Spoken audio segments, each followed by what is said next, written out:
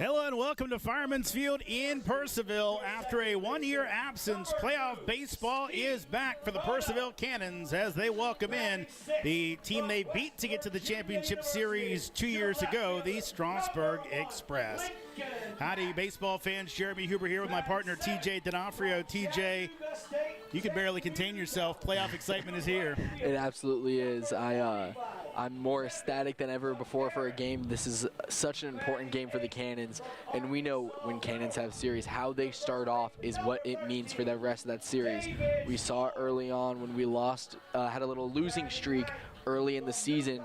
It's because we had the same team 3 times in a row, lost the first one, won the second, lost the third, then went on a huge losing streak, which took us down to third, but we came back and luckily got to first. The Strasburg team, I think the favorite to win the division, but the Cannons overtake them late in the season, winning the season series 5-3. Again, these two played a classic 2 years ago. Cannons won it in 3 games, won both of their games down at Strasburg, where the game they had at Purcellville that year, they lost 8-0, hoping for better results tonight, as again, they welcome in the Strasburg Express. Time to turn it over to our public address announcer, Bill Russatella, ahead of our national anthem.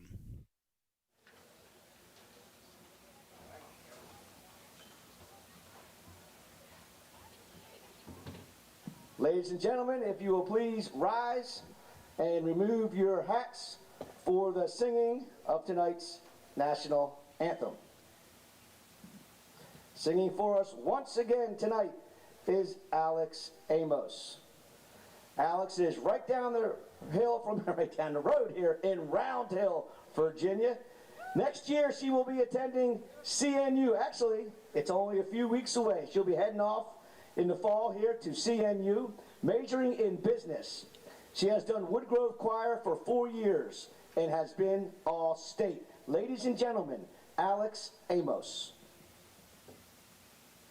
Oh, say, can you see by the dawn's early light what so proudly we hailed at the twilight's last gleaming, whose broad stripes and bright stars through the perilous fight o'er the ramparts we watched were so gallantly streaming, and the rockets' red glare, the bombs bursting in air, gave proof through the night that our flag was still there.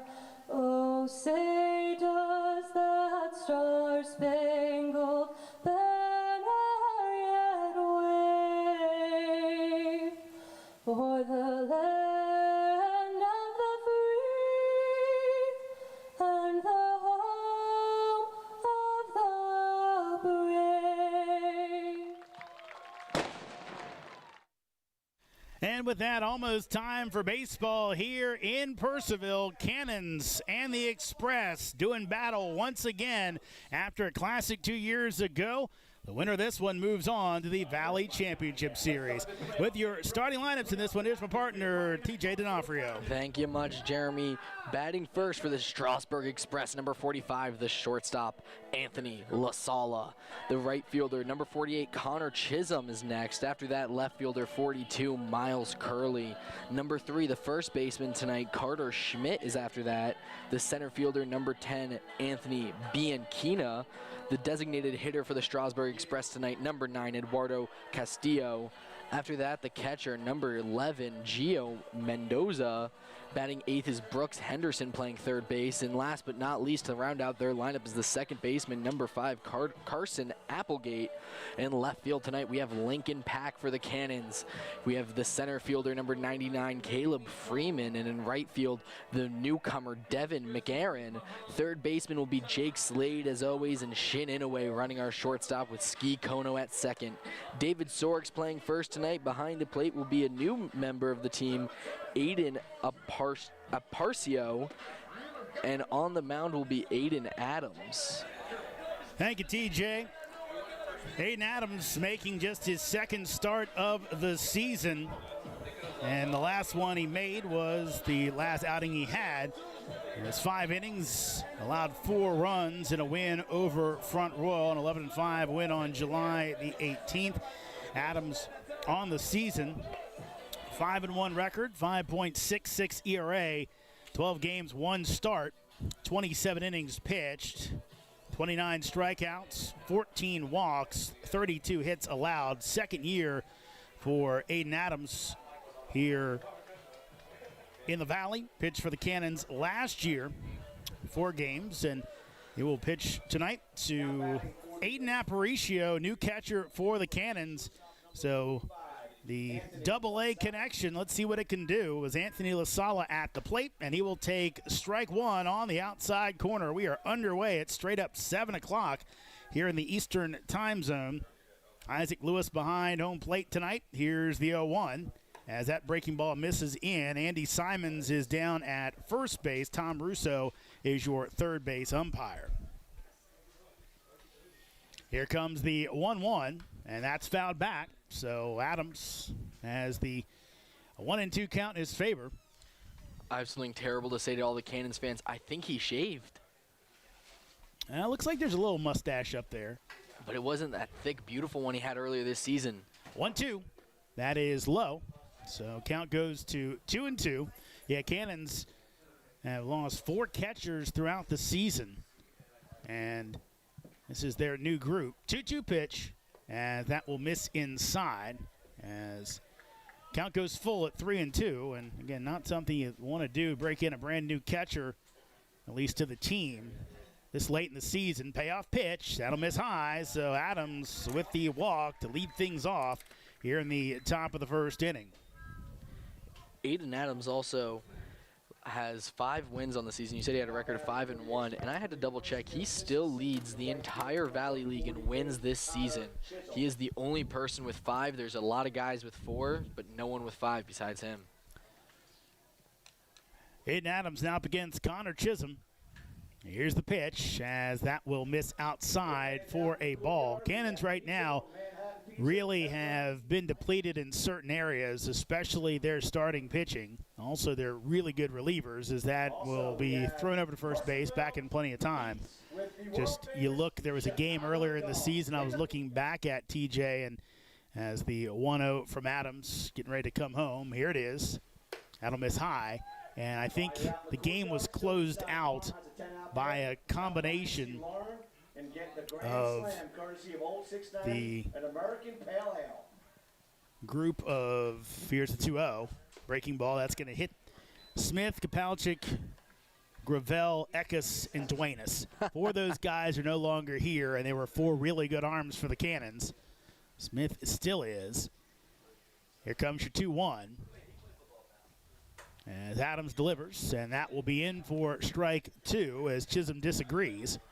Remind me, it's you said Gravel, Duenas, Cooper, and who?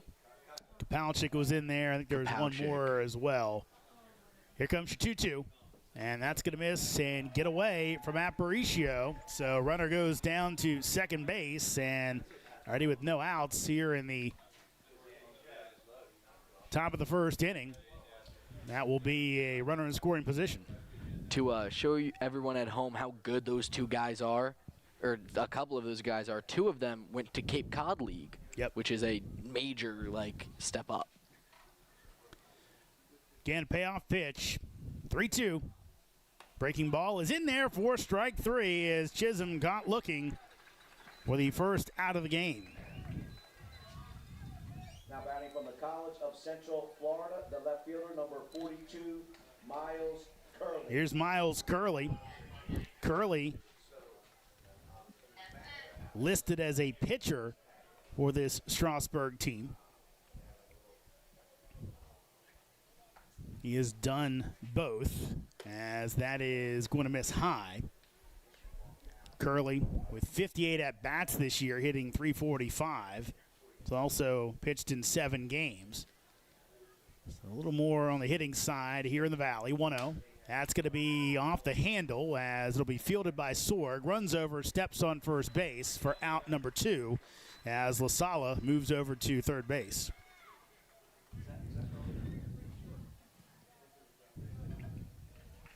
If he could have gotten his barrel on that, that could have been a problem. But luckily, Aiden Adams put a little bit extra finesse on that pitch to have him be off time. Here comes Carter Schmidt. Schmidt's one of the late additions to this roster, as that will be in there for a strike. Schmidt out of Randolph-Macon University, D3 school down in Richmond. On his campaign, he was all-conference designated hitter, first team. 0-1. That is in the dirt. Count goes even at 1-1. And again, we've seen so much of this over the last few years that Division III and Division II players can come up and compete with D1 guys. And I'm sure Carter Schmidt has played a few years down at Randolph-Macon, but loving the opportunity here to show what he can do. Right now, it's a chance to put Strasburg in the lead. 1-1. That's in there for strike 2. Still trying to figure out where that batting helmet came from. Randolph-Macon's colors are black and gold. So maybe it's a high school batting helmet, possibly. 1-2 pitch. Adams in the dirt, blocked by Aparicio. No swing as they appeal down to third base and Tom Russo.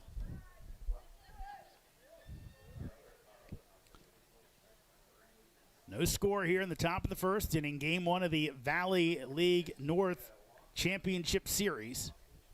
Winner moves on to face the winner of the South Championship between Charlottesville and Culpeper. 2-2. That will miss away. So count will go full at 3-2 with Anthony Bianchina on deck.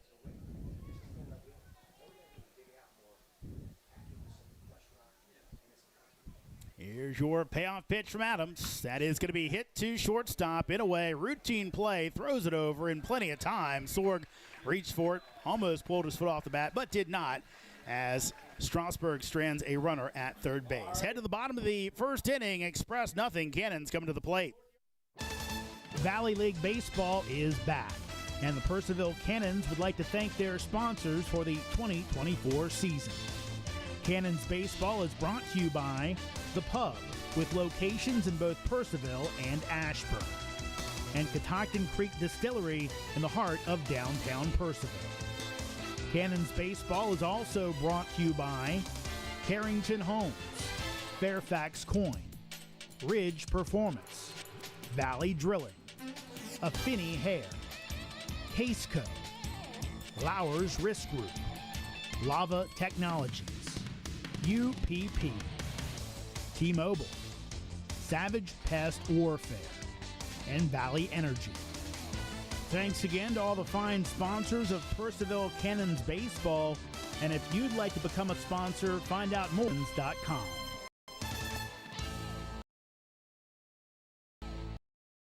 The Thrills. Here's the 1-0. Slade rocks it out to left field. This one going back. Will it stay in the park? It will not! And the Cannons walk it off! The excitement. He kicks, fires, swinging a strike 3. And you can put socks on that big gold trophy. Of Valley League Baseball. Check out Valley League action all summer long, culminating in the Valley League Championship Series in late July and August. The Valley Baseball League. Check it out today. No scores. We head to the bottom of the first inning. Cannons get out of a little bit of a jam. Look to score some runs, get ahead with your starting lineups. Here's TJ. Thank you much, Jeremy. Batting first, as always, 99, center fielder Caleb Freeman. After that, the shortstop, number 11, Shin Inouye. Number 43, the third baseman, Jake Slade. The DH tonight, Kyle Johnson. After that, Ski Kono, Lincoln Pack, Devin McAaron, David Sorg, and the new catcher, Aiden Aparicio. TJ will get you the defensive alignment after our first batter, Caleb Freeman. They're facing Jim Wygo. It's the fourth time they've seen Wygo this year, as he is 0-2 against the Cannons so far this season. 0-3. He's seen them 3 times this year. He's 0-2 against them. all the games have been losses for Strasburg as Freeman takes strike one. Had a chance to talk to Caleb a little bit before the game and kind of was really happy about going to Georgia State, close to home for him. Also in a really good conference in the Sun Belt, as TJ knows, is Coastal Carolina Chanticleers. They're down there. Chanticleers, excuse me, get that right. Thank you. I was about to correct you. That's okay. I appreciate it. Now it's going to miss, so count goes to 1-1. He also asked him about all the walks, and I said, most times in Summer League, guys are swinging for the fences, trying to hit everything. Here comes Weigo's 1-1 as Caleb takes in the dirt. And he said, look, this is just my approach, and I'm not going to change off my approach just because it's summer baseball. And obviously with 50 walks on the campaign, things have worked out for him, especially worked out for the Cannons. 2-1. That's going to be ripped up the middle off of Weigo, knocks it down, has a chance, throws over, and he will be safe at first base. Good play by Schmidt to keep it from going down the line. And it looked like it was headed up the middle, but of course Weigo with that big frame able to knock it down. TJ, get those defensive linemen. Thank you. And left fielder, you got Miles Curley tonight. Your center fielder, Anthony Bianchina. At the right field, Connor Chisholm. Third baseman, Brooks Henderson. At shortstop, Anthony LaSala. Second baseman, Carson Applegate. First base, Carter Schmidt. Gio Mendez as your catcher. And as Jeremy said, the pitcher tonight, Jim Weigo. And now we will have Cullen Smith, the manager for this Strasburg Express team, checking in on Weigo. And this is what you don't want.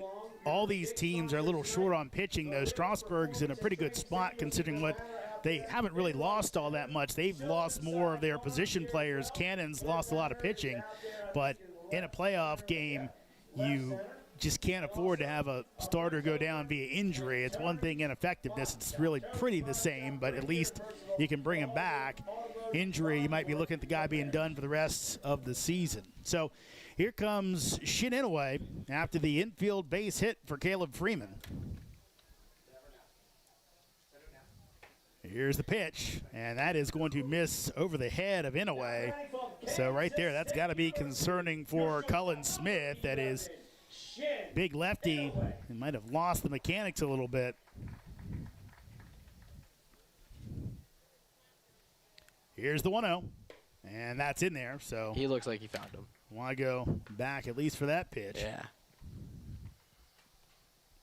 Inoue on the campaign, 37 RBI, 277 average. Has been a great beneficiary of the good eye from Caleb Freeman this year, as that will be on the outside corner for a strike.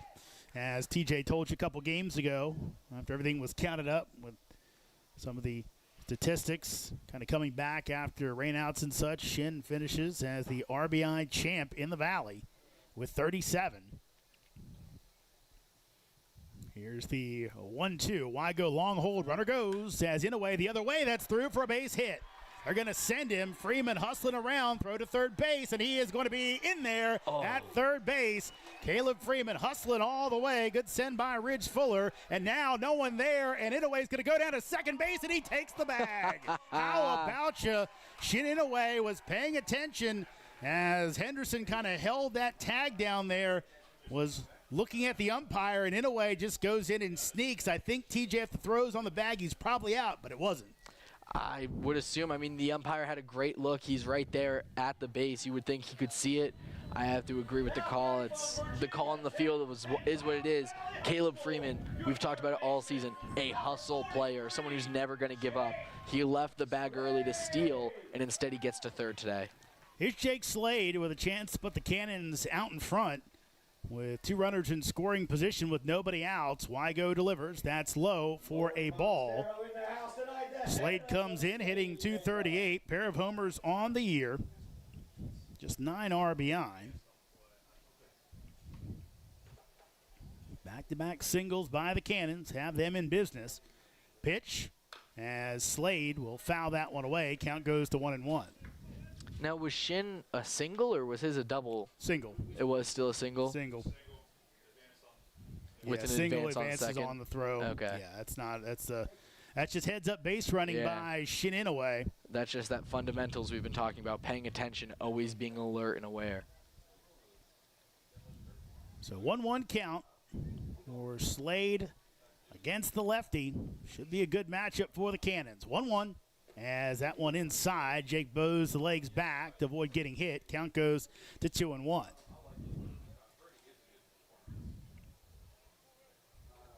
Cannons won the season series against Strasburg this year, 5-3. Remember, everything was contested within division as Slade tries to hold up, can't do it, and he will swing through for strike 2. And right now, Slade really needs to make contact here. No forces anywhere, so it's okay if he hits a ground ball. Cannons would love to see him get one in the air at least to score a run. 2-2. As Slade takes high, so count goes full at 3-2. Kyle Johnson on deck. But right now, the Purcellville native Jake Slade looking to fire the first blast for the Cannons here in the bottom of the first inning. Here's your 3-2, and that will miss inside, so bases are now loaded. Wygo has let all 3 batters reach base, and now the guy that could really do something about it, Kyle Johnson, coming to the plate, freshman All-American for the Blue Devils of Duke. He has struggled in his 4 games here in the Valley, only hitting .063, but again, obviously the potential is there. Leesburg resident. Played his high school ball down the road at Riverside High School. Boo. Here's the pitch, and that's going to miss way outside for ball 1.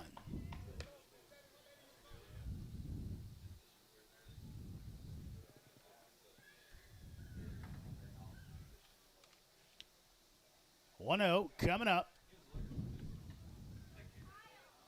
Wygo's pitch. That will miss outside for ball 2.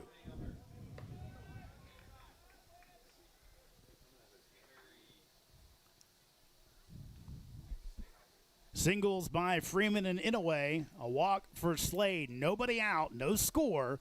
2-0 count. Here's the pitch to Johnson. He will pop it up on the infield. Infield fly rule is called. And the catch made by Schmidt did not matter as Johnson had one to jump on, but gets underneath of it, and that's 1 out. And now Strasburg with a chance to get out of this without any runs with a double play ball. That is the last thing that the Cannons wanted, whether it was an out or not, a ground ball, even a fly ball into deep outfield or something. Anything would have been better than that. Here's Ski Kono. Kono, one of the Cannons All-Stars this year, has almost hit in the head as Kono ducks down. Ski comes in, 240 average, known for his bunting prowess and his defense, but kind of been a link in the lineup, batting out of the 5 holes, done it a few times this year, and seemingly pretty good results when he's done it. Wygo. Lefty out of Monmouth delivers as Kono takes for strike 1. Pivotal moment in this game. Jim Wygo was on the ropes. Right now, still there, but strikeouts of Kono would be huge as that will miss low as the count goes to 2-1.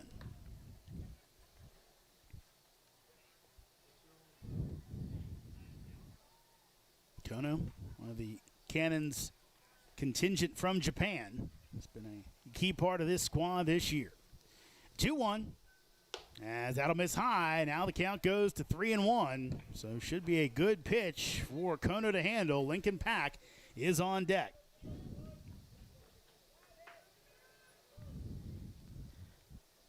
Kono, another second-year Cannon.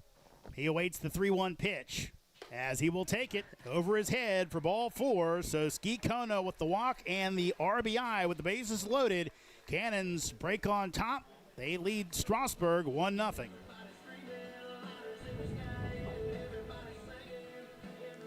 And if you're Ski Kono, that's exactly what you do. You see as many pitches as you can, and you take as many pitches as you can. And there's now going to be a pitching meeting. That's terrible for Strasburg. They're bringing in the whole infield. This is not what you want to see if you're Strasburg. Your starting pitcher struggling in the first inning. It might be that he got hit in the foot with that ball, or it could be that he's just struggling today. You don't know what it is, but it's not what you want to see if you're an Express fan. Yeah, on the season, Wygo 1-4, 7.28 ERA, 9 games, 8 of those starts. He's pitched almost 30 innings, 18 strikeouts, 12 walks, 32 hits allowed. You really look, early in the season, Wygo pitched pretty well in his first 5 outings. He never gave up more than 2 runs, and at least 2 earned runs. And a few of those outings, 1-4, 2 5-inning outings. But towards the end of the season, he has started to get lit up by a varied array of teams. So Cannon's hoping to add to it. Lincoln Pack at the plate. Pack has had some big moments against Strasburg this year. He's had some big moments overall. Won the opener for the Cannons with a walk-off hit against Winchester. Here's the pitch as Pack jumping on the first one, and he fouls it away. There goes your foul ball over the right field bleachers, maybe the first base bleachers there. TWA First game Lincoln Pack saw against Strasburg this year. Went 2 for 4. Did it again on the 27th of June as that will miss inside as Mendoza stays in front of it, keeps it from getting to the backstop. Had 2 doubles that day as well. So Pack likes these moments. Let's see if he can come through. 1-1 pitch coming up with 1 out. As that's hit out to left field, it will score at least 1 run as Curley goes back. He will make the catch, in a way, heads home. No other runners advance, and Lincoln Pack gets the job done with the sac fly to left field. Cannons now with a 2-0 lead.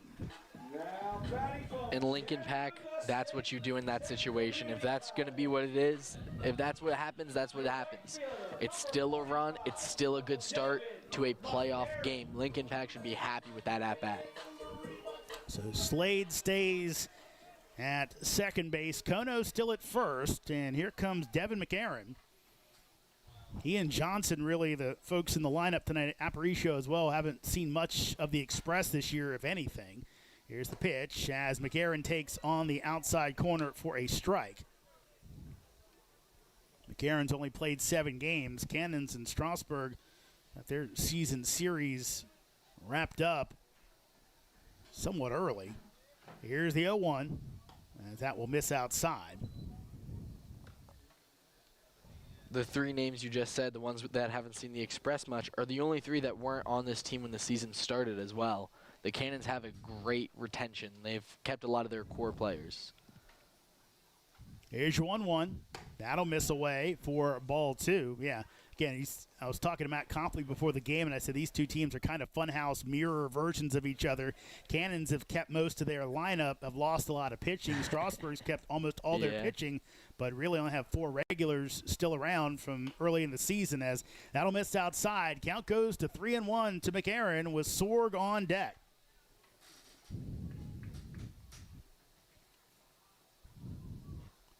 McAaron, 6-footer out of Smyrna, Tennessee.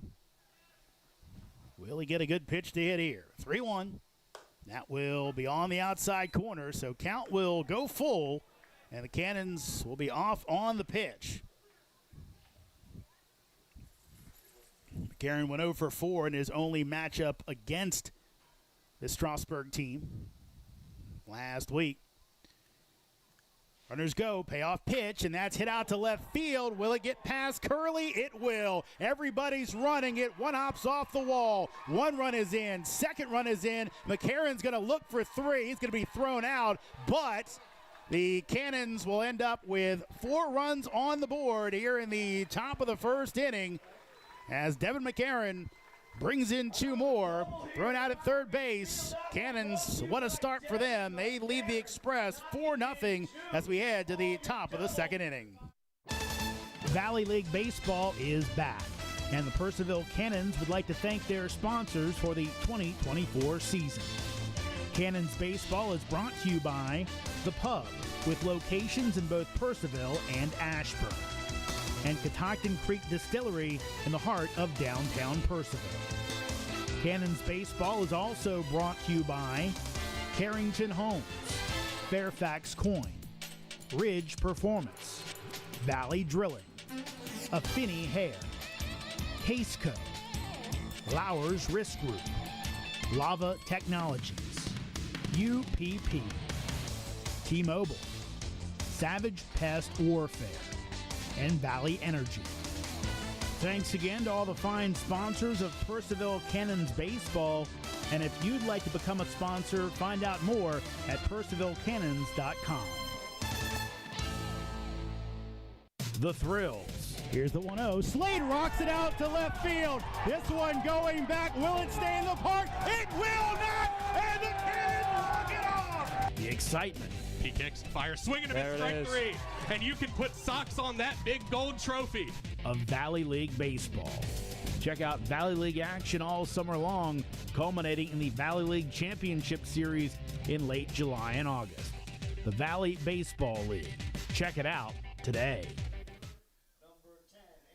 Great start for the Cannons. They lead 4-0 here in the top of the second inning. Anthony Bianchina at the plate as Aiden Adams delivers, catches the outside corner for strike one.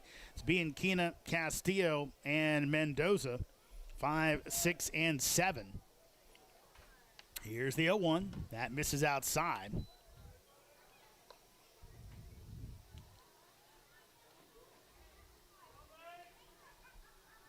Bianchina awaits as that will miss high. Out of Lafayette, California. Went to high school at De La Salle, the sports powerhouse. Also will then end up at Pro 5 Baseball Academy in Virginia. That breaking ball is in for strike two. One of those storied California high schools. Though I don't know how good their baseball program is. I know their football program's really good. De La Salle, Mater Dei, a couple of the real big ones out there. 2-2. That's going to be hit to shortstop. Fielded by Inouye. Throws over and in time to get Bianchina for the first out of the inning.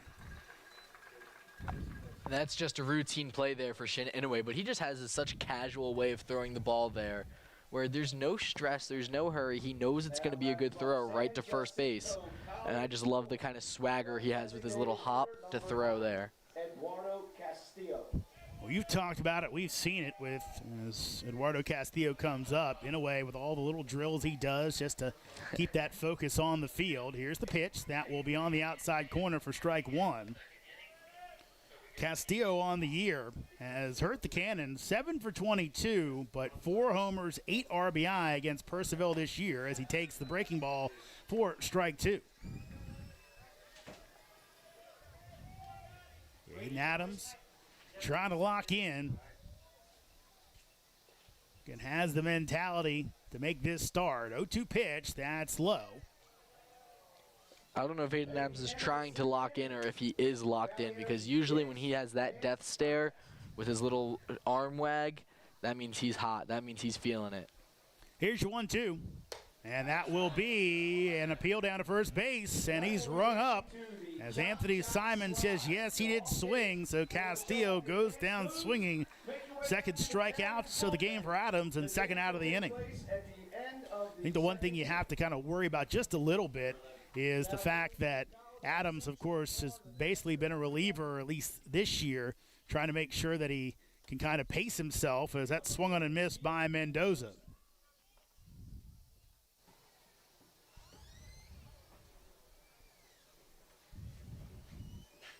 Here's the pitch, and that will be fouled off the end of the bat.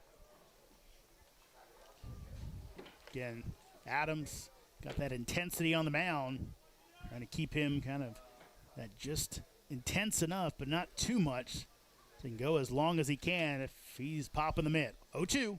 That's swung on a miss, ball in the dirt, and tag will be applied by Aparicio for the third out of the inning. Strasburg goes 3 up, 3 down. We played 1.5. It's Cannons 4, Express nothing. Valley League Baseball is back, and the Purcellville Cannons would like to thank their sponsors for the 2024 season.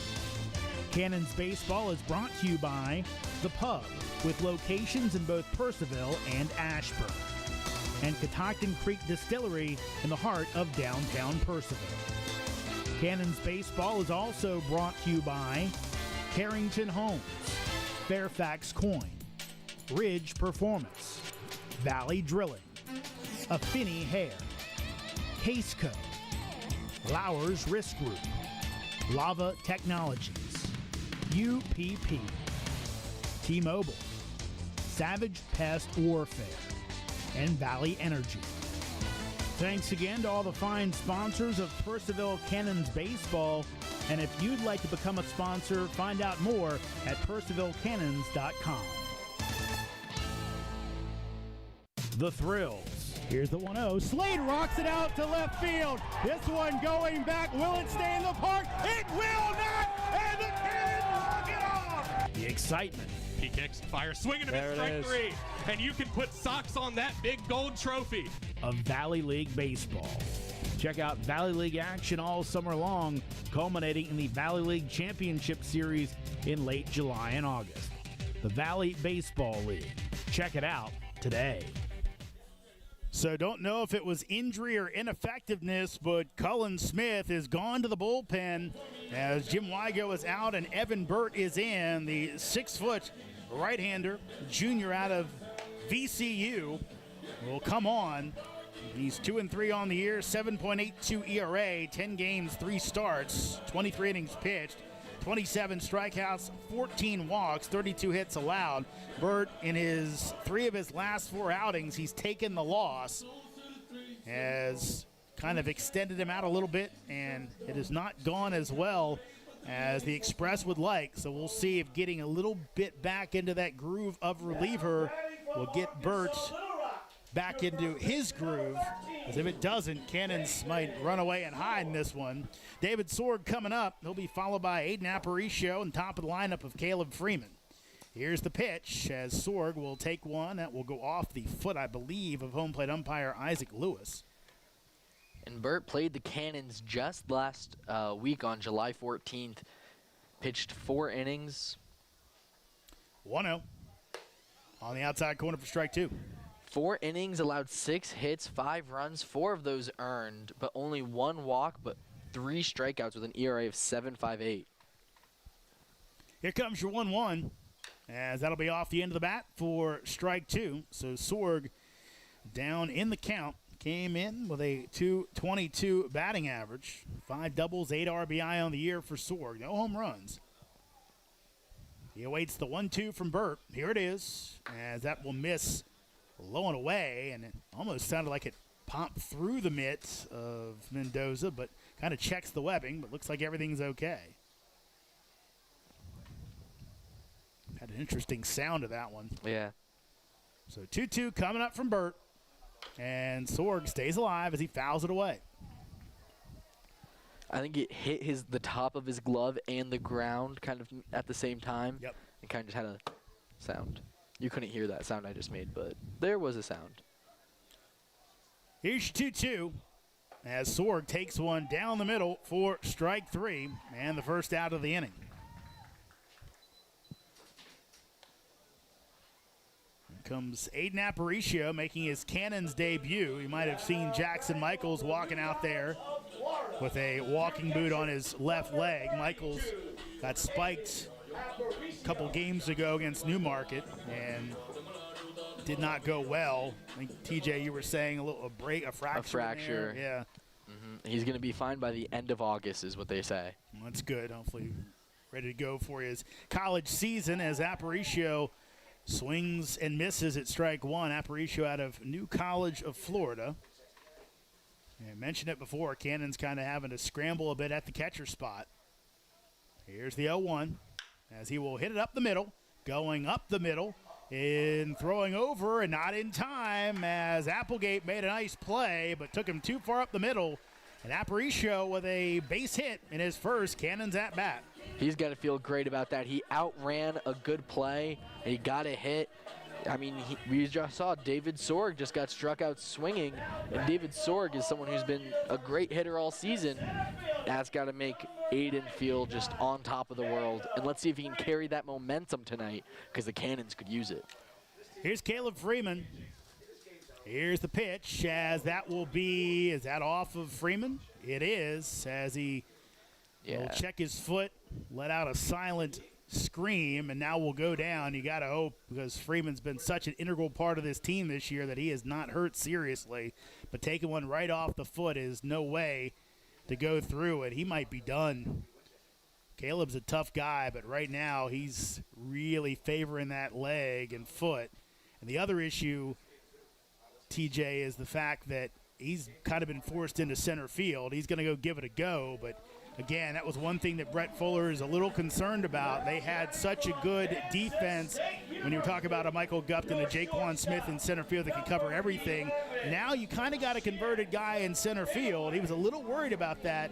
If Freeman's a little gimpy, that's a tough ask. Absolutely. I mean, the whole point of our center field is that you need to be the fastest player on this team, and that was Michael Gupton, and that was Jaquan Smith. Caleb Freeman is not the fastest, but he's the most hustle player. He's the one who's going to get that read early. So if he's not at 100%, it's hard to have him out there. Here comes Shin Inouye. Here's the pitch, and Shin will look to put the bunt down, but he fouls it away. So everyone will head on back with an 0-1 count.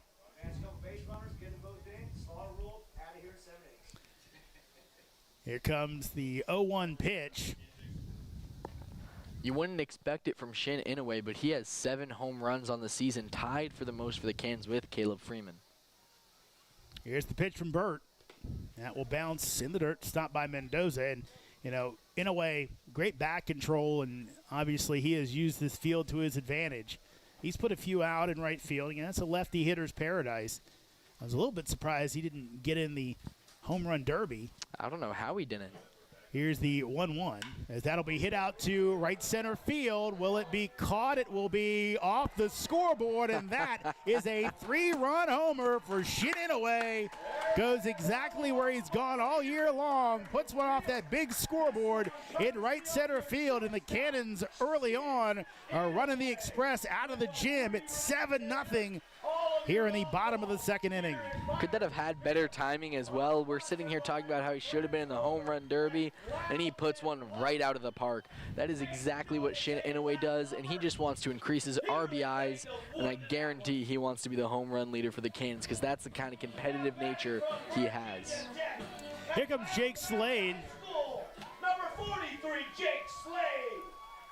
As Burt delivers, and Slade takes the breaking ball in for a strike. Now, in the Valley home run contest, each team got a representative, but I believe Strasburg had 2. Never really got exactly why that was. That'll miss low and away. And it was actually one of their pitchers that almost beat Victor Figueroa, who ended up taking it. Of course, now since gone from the Cannons. 1-1 pitch Gone from the Cannons and just signed his contract. I don't know if you saw, he officially signed, and he will be a San Diego Padre? No. Yeah. In their organization. Yep. Yeah. As that breaking ball will miss, count goes to 3-1. It was Matthew M.J. Phillips who actually went to the finals against Figueroa. Victor kind of dispatched him somewhat easily in the finals, though Phillips kind of beating all those other players as that's in for a strike, really accounted himself well. But just from the swing path that Shin has, you just kind of thought, man, he's one of those guys who get in a groove on this short porch and just start parking him. 3-2 pitch, that'll miss inside, so Jake Slade with his second walk of the ball game as the Cannons trying to pour it on. Here comes Kyle Johnson after that first inning pop-up. He'd love to redeem himself right now. Also, I just want to make it clear, I knew it was the San Diego Padres. I was making sure that's where he was drafted. I believe that's where, I'm like 98% sure. I'm pretty sure that was the organization that got him. Obviously, he'll start off in low-level ball wherever he is. Absolutely. But always good to hear your name called. Johnson will rip it up the middle. That is going to be in for a base hit. Almost caught by the diving Applegate. Slade goes around. Throw coming in. Head first slide. He's in there. And it's Cannons on the corners as Kyle Johnson, after that pop-up in the first, a solid base knock there. Cannons, 2 runners on, only 1 out, as it'll be Ski Kono coming to the plate. Slade just wanted to slide there. He could have done that standing up, but he said, you know what, let me have my fun in this playoff game, because that was such a great run there. Great hit by Kyle Johnson, and almost an amazing play by Applegate. Henderson playing in at third base. Always have to be wary about a Kono bunt as he's swinging away and misses that one for strike one. Slade over at third base. Johnson is at first. Cannons up 7-0. 6 hits already. 0-1 as that's waved at by Kono, and he's down 0-2.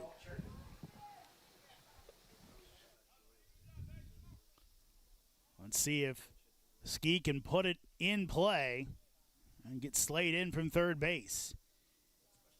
Bert's 0-2. That's low, so count goes to 1-2. Would not be too surprised if we see a bunt lay down here to get a man on first and second and have the bases loaded for Pack.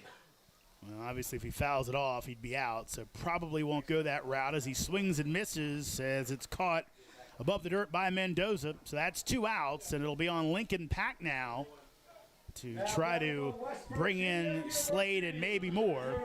Pack first time up, had that sac fly. Got to have a base hit here or possibly a Strasburg error. Second strikeout for Burt. Here's the pitch. That's going to get to the backstop. Runners coming in, and Slade will slide in with the 8th run of the game. Cannons add on. It's 8-0 here in the bottom of the second inning. Like I said, I think he just wants to slide. I think he just has some fun doing it.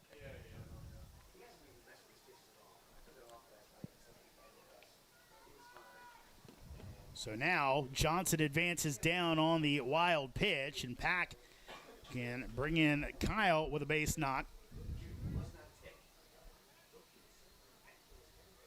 Here's your 1-0, as that's in for a strike. Pack committed to Pensacola State this upcoming year after being at West Virginia University. Looking for a little more playing time. 1-1. That'll miss high for ball 2. And said Pensacola offered him a great deal and exactly what he wants out of a college, and he's just ecstatic until he can get there. You know, obviously get to play a lot of baseball down in those Florida JUCOs. 2-1. That will miss high, so count goes to 3-1. Also, I know that's a new bat for Pack. He was going to bring it out last game, decided not to. Tonight's the opening night for his new bat. Let's see if it's got a hit in it. 3-1 pitch. Here it is, as that will miss way outside. It's got a walk in it instead. Lincoln Pack on. That's the 3rd walk of the inning for Evan Burt. And now Devin McCarron comes up. He ended the last inning, but not before hitting a 2-run double thrown out at third base. Let's see if he can do it again. Johnson out at second, Pack at first. Here's the pitch as McCarron takes inside for a strike. Caught the inside corner.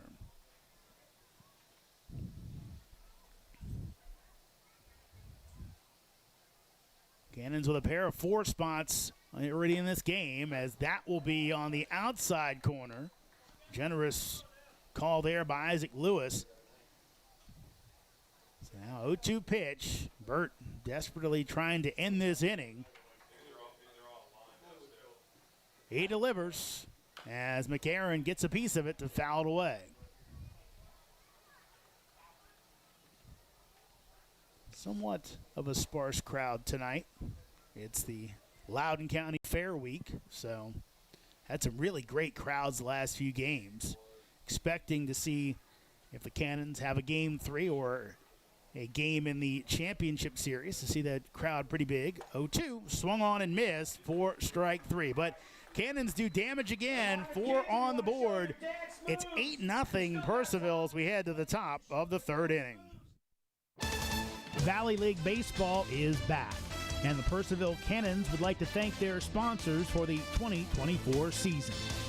Cannons Baseball is brought to you by The Pub, with locations in both Purcellville and Ashburn, and Catoctin Creek Distillery in the heart of downtown Purcellville. Cannons Baseball is also brought to you by Carrington Homes, Fairfax Coin, Ridge Performance, Valley Drilling, Affinity Hair, Case Co, Lowers Risk Group, Lava Technologies, UPP, T-Mobile, Savage Pest Warfare, and Valley Energy.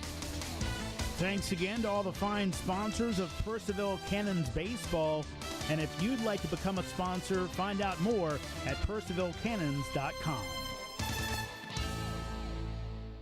The Thrills. Here's the 1-0. Slade rocks it out to left field. This one going back. Will it stay in the park? It will not! And the Cannons walk it off! The excitement.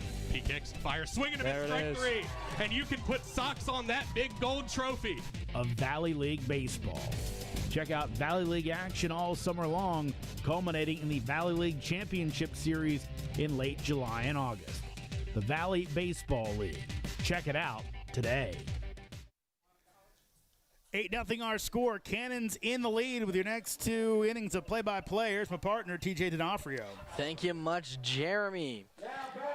Aiden Adams on the mound for another inning of work, of course. Only seen one extra batter so far this game. He has gonna see Brooks Henderson, who's at the plate right now, Carson Applegate, and Anthony LaSala as he swings at the first pitch he sees, and that's strike one.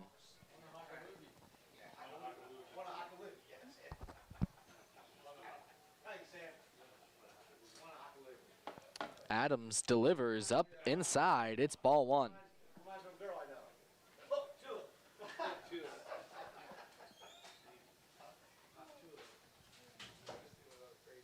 1-1, here's the pitch. It's right down on a breaking ball. That's 1-2.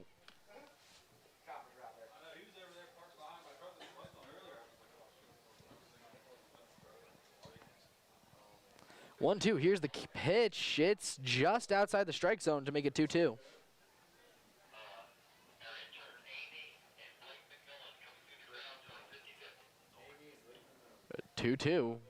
Adams gets his sign.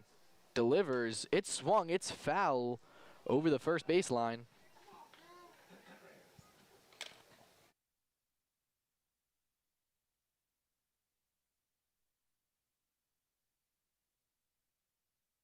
One sec. 2-2's the count.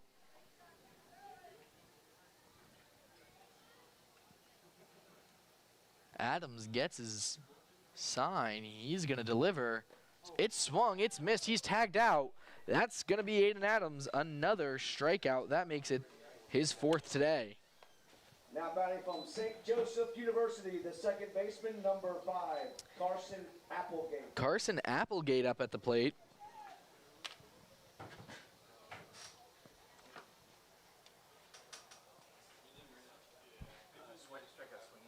Here's the pitch. It's way inside on a curve. That's going to be ball number 1.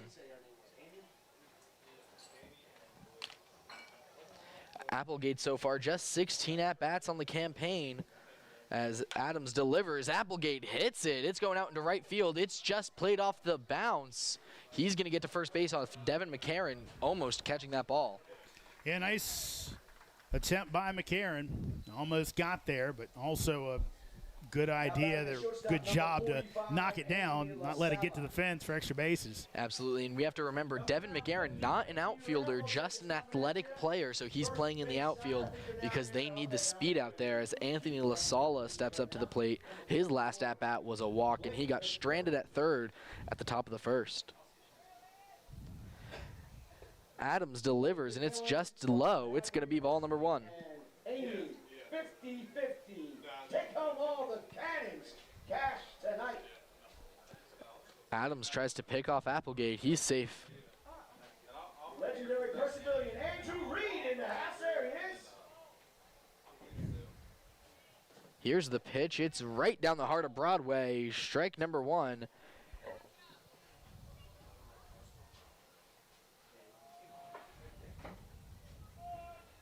Anthony LaSala on the season averaging .202 with 94 at-bats as Aiden Adams pitches to the 1-1 count. It's going to be ball number 2.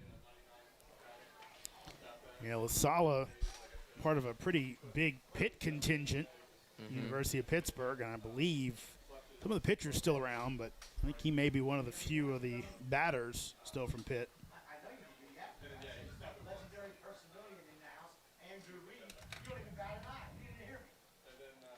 2-1's the count here.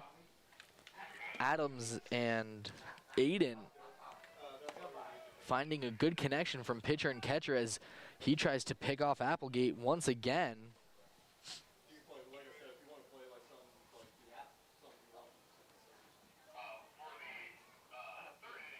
Here's the 2-1 pitch.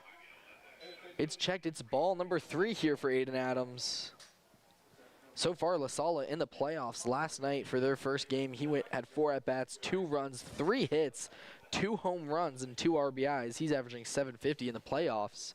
As here's the 3-1 pitch. He gets a piece of it. It's bouncing in the infield. Ski Kono gets it in his glove, and he gets him out at first. What a play from Ski.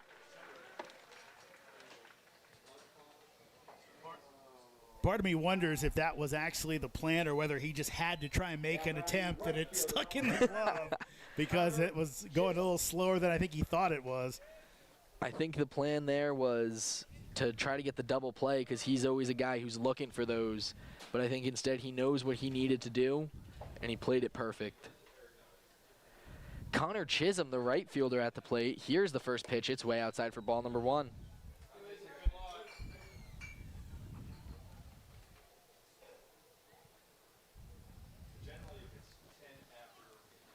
1-0 count, man on second.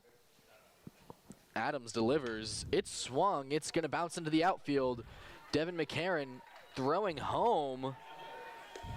And does he get the tag there at home? He says he does not. He said Aiden just missed the tag. Brett Fuller going out to have a word. He seems like he's frustrated. TJ, I think if we had instant replay, it would be an out. I think Lewis was looking at home plate. The problem is he was tagged on his leg up the line. When Aparicio went back to make the tag, I think he catches him on his leg. But again, he was focused on the plate and the hand getting in. I think you forget we do have a replay system. Well, that's part of the game. For us, at least. And it was definitely going to be a close call. May disagree with the call, but the ump always has final say, as you know. As Miles Curley steps to the plate, it bounces just behind Aiden. He turns around and he throws it. It's a wild throw. It's going into the outfield. That's going to mean he's getting another base. He's going to third, Connor Chisholm. That's what you can't do if you're the Cannons. Had a little bit of a bobble on as Matt Copley's going to come out. Had a little bit of bobble, and obviously McCarron's kind of a converted outfielder. That's going to happen. But that throw home, if it's on target, probably gets him. And then right there, Aparicio makes a tough play worse. Runner goes down. You still have a 7-run lead. Don't give up an extra base. Tries to make a hero throw that, because the umpire's positioning, Kono really didn't have a chance to get. And now you got a runner at third base. Before that, runners at second. Kind of makes it tougher to score. Now, pass ball kind of brings a situation where Strasburg trying to chip away at this thing. It's not what the Cannons were looking for. I'm sure Copley just went out there and said, listen, let's calm down. Aiden Adams, we know he's the kind of pitcher who can play these moments, who's good in these moments. Not something I'm too worried about. As man on third, there is 2 outs, 1-0 count. Here's the pitch. It's swung and it's missed. That's 1-1.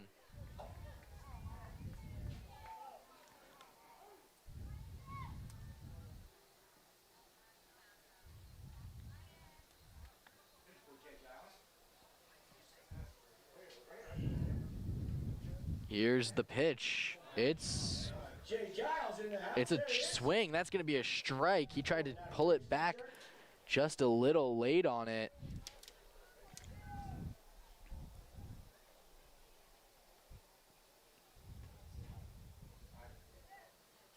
Miles Curley, here's the 1-2 pitch. It's way inside for 2-2. Yeah, it feels like a really big batter here for Aiden Adams to get out. Again, Curley's got a nice average on the season, especially for a guy listed as a pitcher. Can he finish it off right here with only 1 run on the board? 2-2, delivers. Ball 3, it's going to be a full count here for Curley.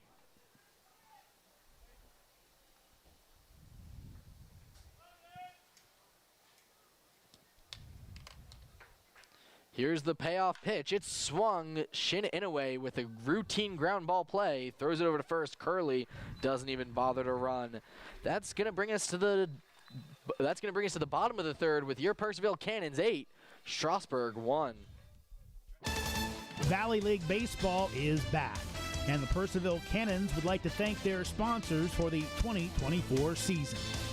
Cannons Baseball is brought to you by The Pub, with locations in both Purcellville and Ashburn, and Catoctin Creek Distillery in the heart of downtown Purcellville. Cannons Baseball is also brought to you by Carrington Homes, Fairfax Coin, Ridge Performance, Valley Drilling, Affinity Hair, Caseco, Lowers Risk Group, Lava Technologies, UPP, T-Mobile, Savage Pest Warfare, and Valley Energy. Thanks again to all the fine sponsors of Purcellville Cannons Baseball, and if you'd like to become a sponsor, find out more at purcellvillecannons.com. The Thrills. Here's the 1-0. Slade rocks it out to left field. This one going back. Will it stay in the park? It will not! And the Cannons walk it off! The excitement. He kicks, fires, swinging to miss, strike three. And you can put socks on that big gold trophy. Of Valley League Baseball. Check out Valley League action all summer long, culminating in the Valley League Championship Series in late July and August. The Valley Baseball League. Check it out today. Welcome back to Fireman's Field, home of your Purcellville Cannons, currently winning 8-1 versus Strasburg Express. Going into the bottom of the third, David Sorg stepping up to the plate after almost getting a full rotation on who's hitting just last inning. Sorg so far averaging 222 for his batting average as he sees the first pitch. It's ball number 1.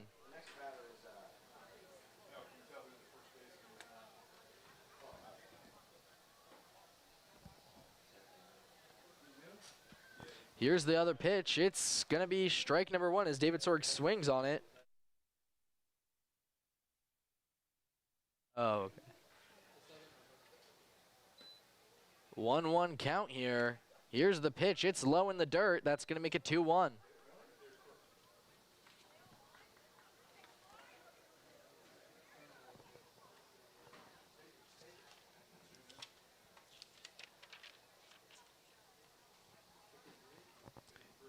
Sorg swings and misses. That's going to make it 2-2.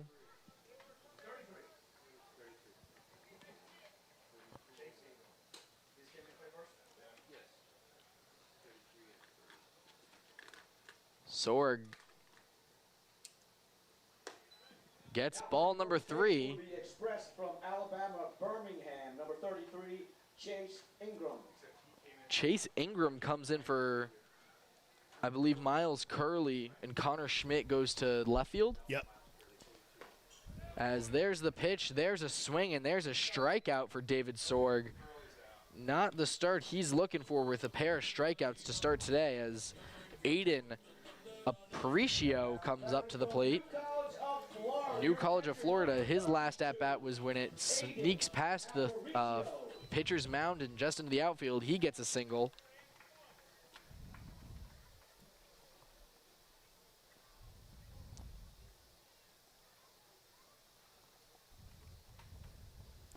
Here's the pitch. It's a check ball, but it hits. It's foul on the first base line. 0-1 count.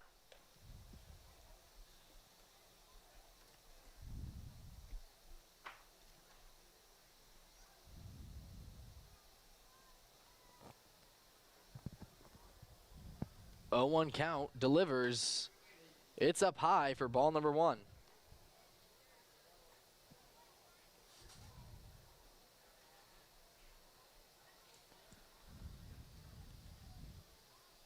Here's the 1-1.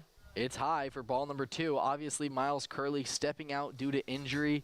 We wish nothing but the best for him. We saw the trainer head over. Hopefully he's okay. I didn't quite see what happened, but we always wish for speedy recoveries for these guys. I think it might have happened coming out of the box. 2-1, here's the pitch. Right down the heart of Broadway for strike number 2.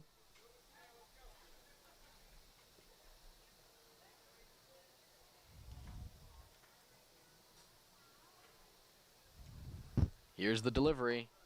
It's strike number 3. Aiden goes out looking, and that means Caleb Freeman stepping up to the plate. He's still not looking quite 100%. He's limping a little bit. Caleb Freeman. Again, huge for him, and I don't know what Brett Fuller would do if they had to move him out of the outfield. I have to assume Kyle Johnson goes to the outfield. That's true. That But probably would have worked out. here's the pitch. It's strike number 1 for Freeman.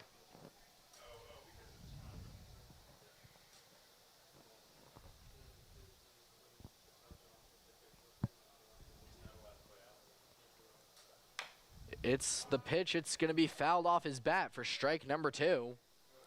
It must have been off his foot again, Yeah. which obviously didn't feel good right now. Caleb's having a tough day at the office. I wonder who they would put as their DH if Johnson had to go to center field.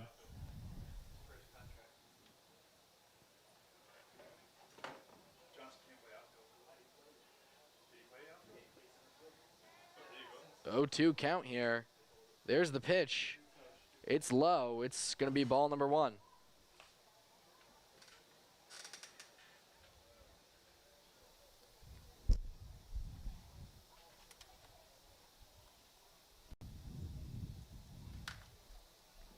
Burt gets his call, delivers. Freeman takes. It's going to be strike number 3. That's 3 strikeouts in a row for Evan Burt. He's going to be feeling good after that inning. That means your Purcellville Cannons are leading 8-1 against the Strasburg Express after 3. Valley League Baseball is back, and the Purcellville Cannons would like to thank their sponsors for the 2024 season. Cannons Baseball is brought to you by The Pub, with locations in both Purcellville and Ashburn, and Catoctin Creek Distillery in the heart of downtown Purcellville. Cannons Baseball is also brought to you by Carrington Homes, Fairfax Coin, Ridge Performance, Valley Drilling, Affinity Hair, Caseco, Lowers Risk Group, Lava Technologies, UPP, T-Mobile, Savage Pest Warfare, and Valley Energy. Thanks again to all the fine sponsors of Purcellville Cannons Baseball, and if you'd like to become a sponsor, find out more at purcellvillecannons.com. The Thrills. Here's the 1-0. Slade rocks it out to left field. This one going back. Will it stay in the park? It will not! And the Cannons walk it off! The excitement. He kicks, fires, swinging a miss, strike 3. And you can put socks on that big gold trophy. Of Valley League Baseball. Check out Valley League action all summer long, culminating in the Valley League Championship Series in late July and August. The Valley Baseball League. Check it out today. Welcome back to Fireman's Field, home of the Cannons, currently leading 8-1 after 3 full innings against Strasburg Express. Aiden Adams delivers. It's going to be ball number 1 against number 3, Carter Schmidt, as we come into the 4th inning. Here's the pitch. It's a swing. He gets it. It's a fly ball into the infield. Ski Kono's under it, and he gets the out easy. So just a quick update, TJ. We're checking in with our sources. There is no mercy rule in the playoffs as expected, so they'll have to play the full 9. So it'll be interesting to see how Brett Fuller plays this with Adams moving along pretty good right now. Yeah, I mean, so far, so good as Anthony Bianchina steps up to the plate. There's the first pitch. It's just outside for ball number 1. Number 10, Anthony Bianchina.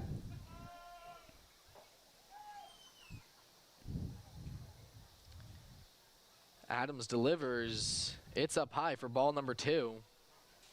Out of town scoreboard tonight, no score in the 4th. Culpeper and Charlottesville.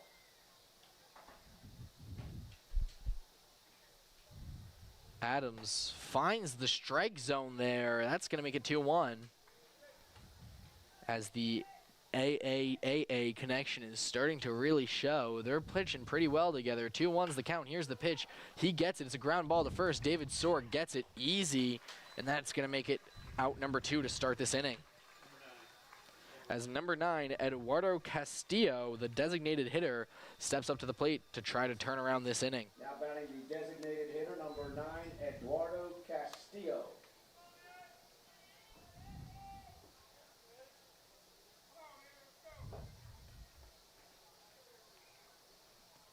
Castillo's last at-bat was in the 2nd inning when he got struck out swinging.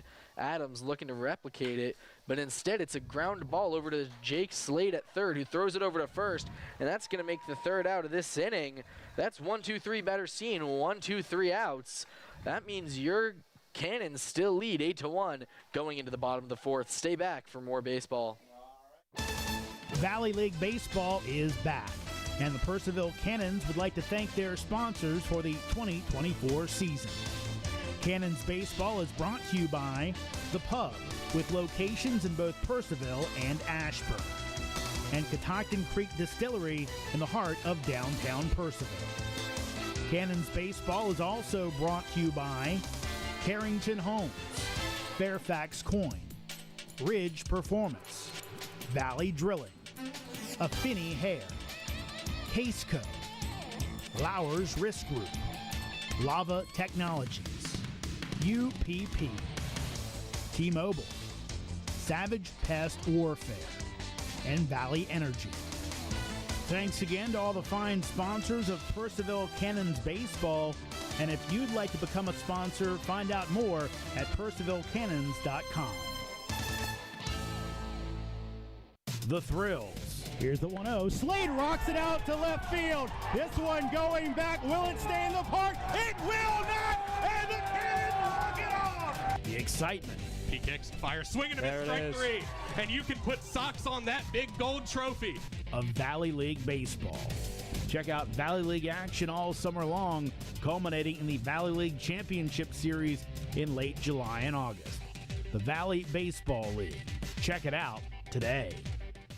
Well, here we are at Fireman's Field, where your Cannons lead 8-1 against the Strasburg Express in this playoff game.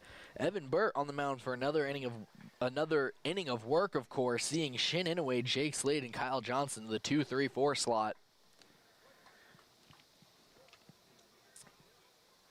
Here's the delivery. It's inside. That's going to be ball number 1. Shin saying he hit his foot.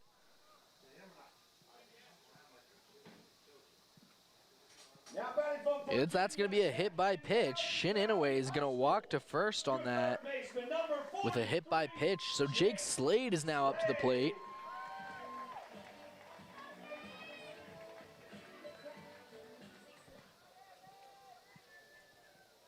Slade so far on the day with 2 walks.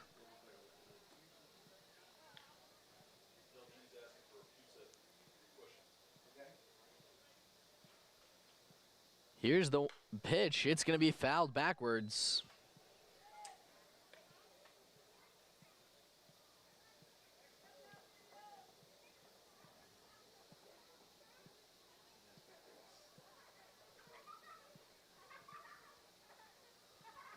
Here's the 0-1. It's right down the heart of Broadway for strike 2. Slade quickly down in the count.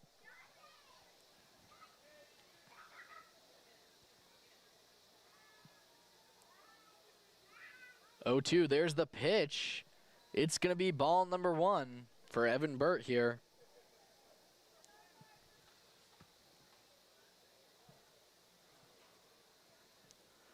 One, 2, delivery. Slade fouls it. He gets another chance at the plate.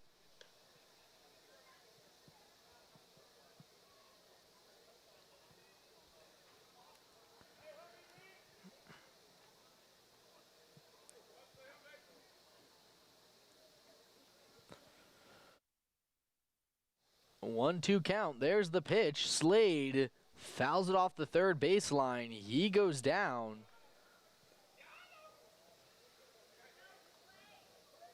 Looks like it hit him before it fouled off. No, I think he fouled it off his foot, so it becomes an issue where I don't know if it's what Evan Burt's throwing, but the Cannons are struggling tonight. How many guys are getting balls fouled off their foot, getting hit with balls? I mean, it is just a crazy night. Is about at least a third of the Cannons lineup has had bad run-ins with baseballs tonight. Absolutely, but I don't think that was the foot there, Jeremy. Wow, that's a tough one. That's a tough one. That's gonna be hard to walk away from, but Slade gonna do it. As 1-2's the count, Shin Inoue at first base. Here's the pitch. It's strike number 3. That's going to be a strikeout standing for Jake Slade. Cannot say I blame him. As Kyle Johnson from Duke University steps up. His last time at bat was in the second, where he hit one right down into the center field, gets to first, stole second, and gets stranded at second. Here's the pitch. It's going to be a check swing. Go to the first. They're saying safe. Ball 1. Good contingent from Strasburg tonight. They're very vocal about that, hoping it was a strike. Absolutely, and they should. They should always be calling it as much as they can. As 1-0 pitch, there's the swing, and there's a miss. That's going to make it 1-1. Anytime you can get a strike, you're going to want it. If you have to contest for it, you got to contest for it. Here's the 1-1. It's going to be down the heart of Broadway to make it 1-2.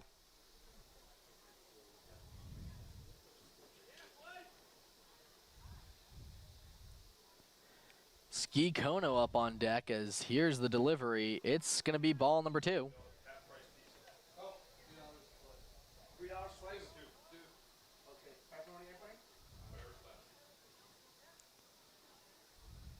Evan Burt delivers. It's going to be ball number 3, making it a full count here. Half-price pizza in the courtyard. That's right. Half-price pizza in the courtyard. $2 a slice. Here's the payoff pitch. It's swung. It's going to go flying into the outfield. Right fielder running in. It's going to be foul. Connor Chisholm not able to get there in time. We're going to get to do that payoff pitch all over again. TWA Electric has been serving Loudoun County since 1980. And Johnson just kind of flicking the bat out there and almost dropped one in. Landed about 5 feet foul, but playing him so far off the line, playing Kyle to pull. Yeah. Well, Johnson, something about him is he loves going oppo. As here's the payoff pitch, part 2. He swings and he misses. That's a strikeout swinging for Kyle Johnson. It's kind of crazy right now. That is the 8th strikeout for Burt. But his team down 8-1. I mean, that's what happens when you have all of your, so far, every out the Cannons have against Burt has been a strikeout. As Ski Kono steps to the plate, he shows bunt. He bunts it down the line. Evan Burt gets the offhanded throw. That means Ski Kono is going to be safe at first. Shin Inoue gets all the way to third. Evan Burt tried to make the hero play, unable to do so. That means Lincoln Pack's coming up to the plate. Yeah, he actually made a really good play. I kind of was thinking the same thing you were. That ball was headed towards COD down to the first base line, but instead got it on bag, and Ingram able to glove it, keep it from getting too far away, but still Inoue over at third base now. Lincoln Pack with any base hit here will mean Shin Inoue gets home.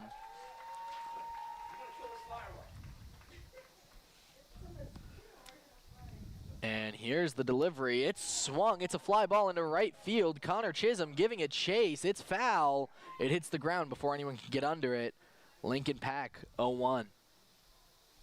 And right now, if you're Pack, I think with that runner at third base, score the way it is, you're probably thinking to yourself, probably not going to try and put one in the dirt to get me to swing. Might, but with that runner at third base, you want to put one on. So I think Lincoln's got to be somewhat confident he'll get something to hit here.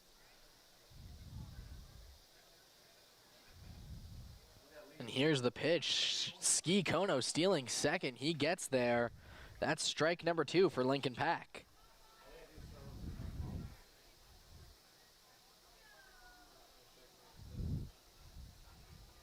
0-2. Here's the delivery. It's up high for ball number 1.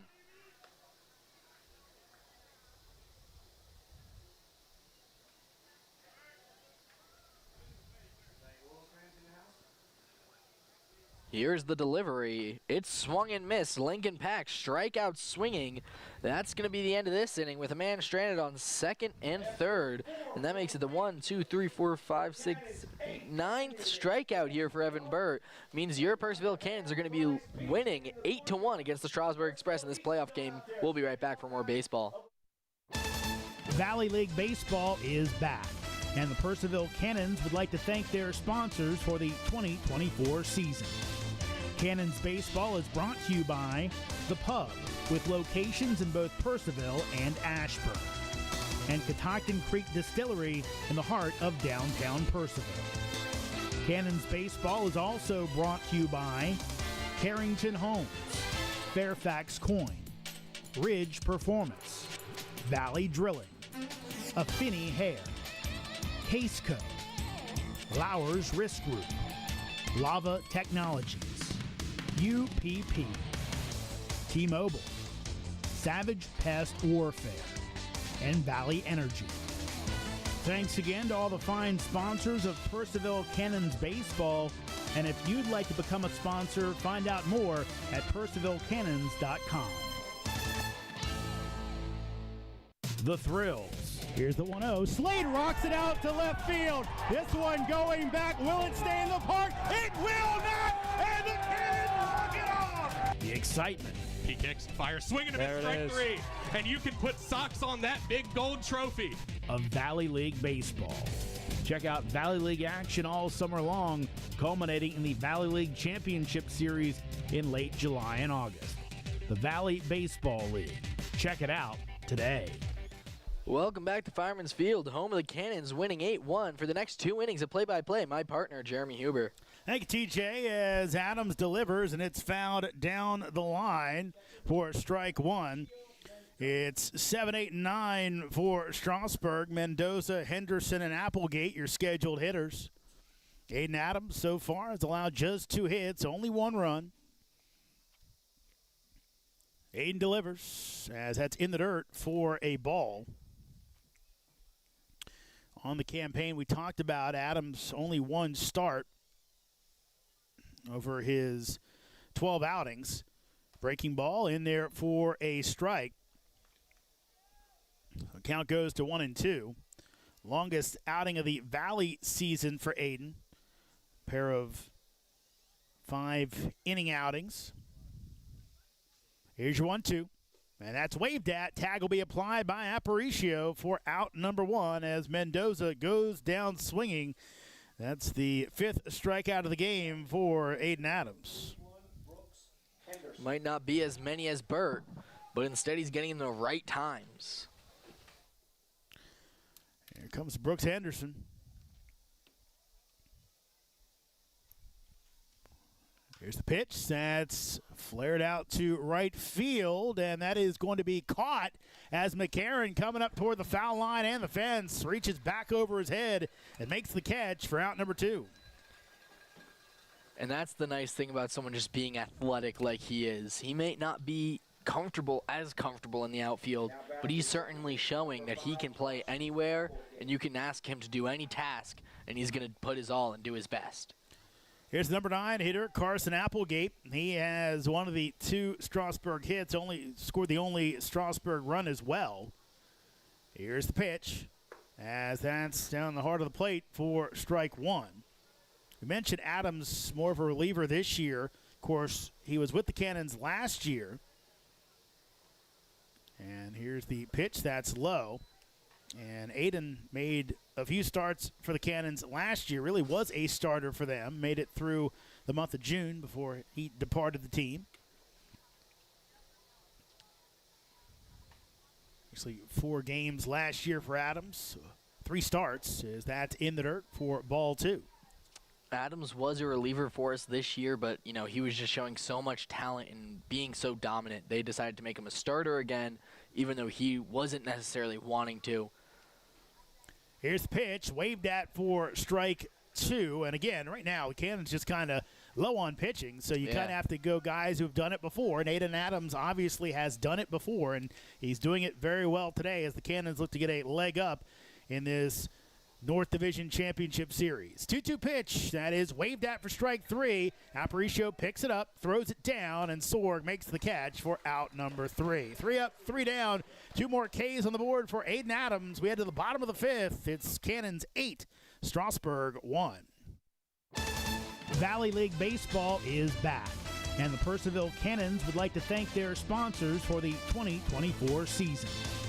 Cannons Baseball is brought to you by The Pub, with locations in both Purcellville and Ashburn, and Catoctin Creek Distillery in the heart of downtown Purcellville. Cannons Baseball is also brought to you by Carrington Homes, Fairfax Coin, Ridge Performance, Valley Drilling, Affinity Hair, Caseco, Lowers Risk Group, Lava Technologies, UPP, T-Mobile, Savage Pest Warfare, and Valley Energy.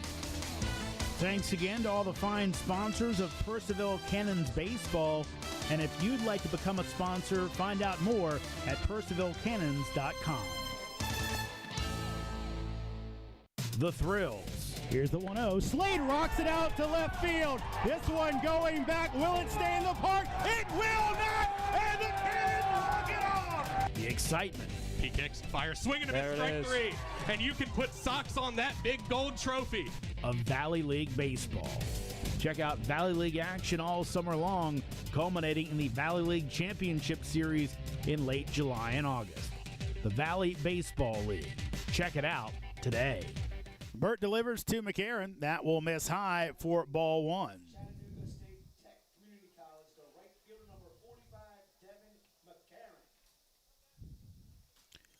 And that's going to hit him square in the back. So McCarron's going to head down to first base. Cannons have the leadoff man on base the hard way here in the bottom of the 5th inning.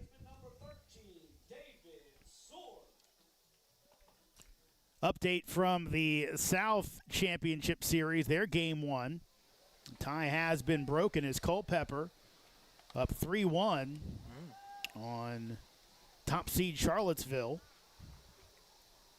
That's in the 5th inning. Here's the pitch as David Sorg takes on the outside corner for a strike. They're in the 5th inning in the South. Culpeper 3, Charlottesville 1. Of course, Charlottesville led by former Cannons coach Brandon Mack as Sorg takes on the inside corner for strike 2.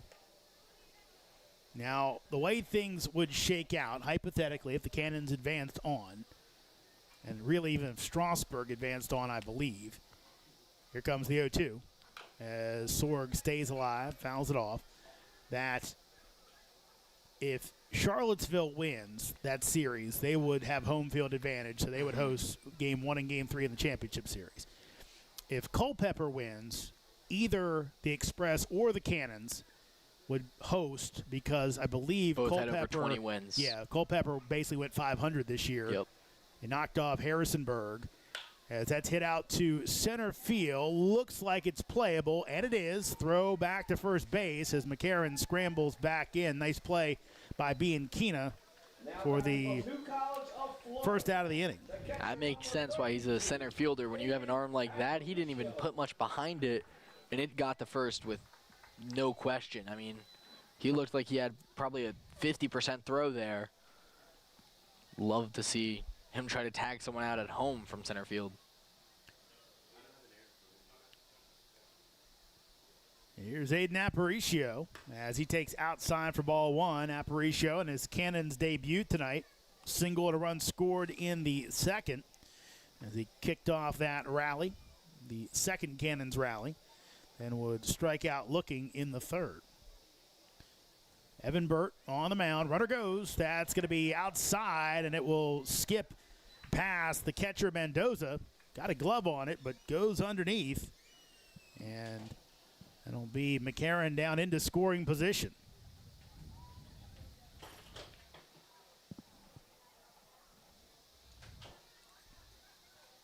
So McCarron as that will miss. And count now goes to 3-0 with the top of the lineup, Caleb Freeman, on deck.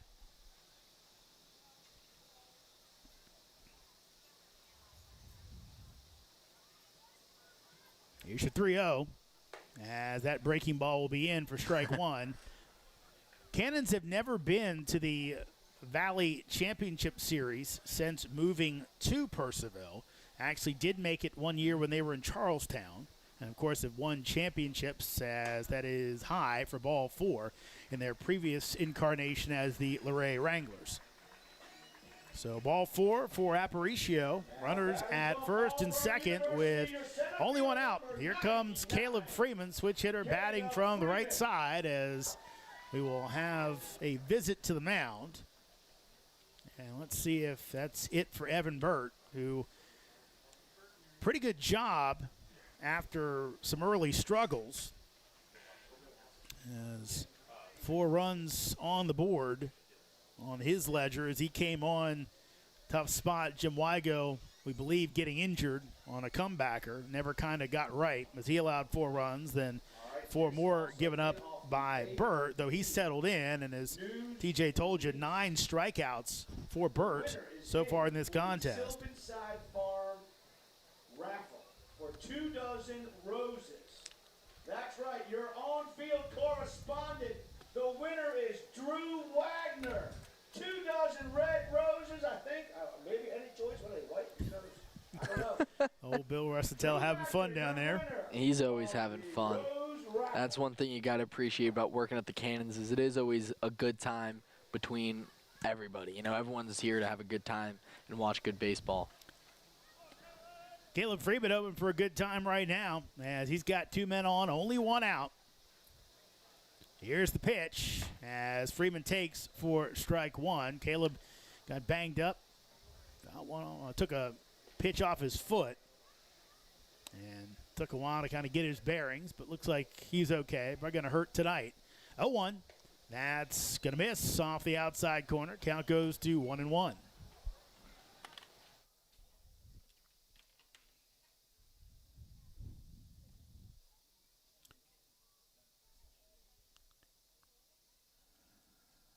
Dancing off second base, Burt delivers. That will miss outside.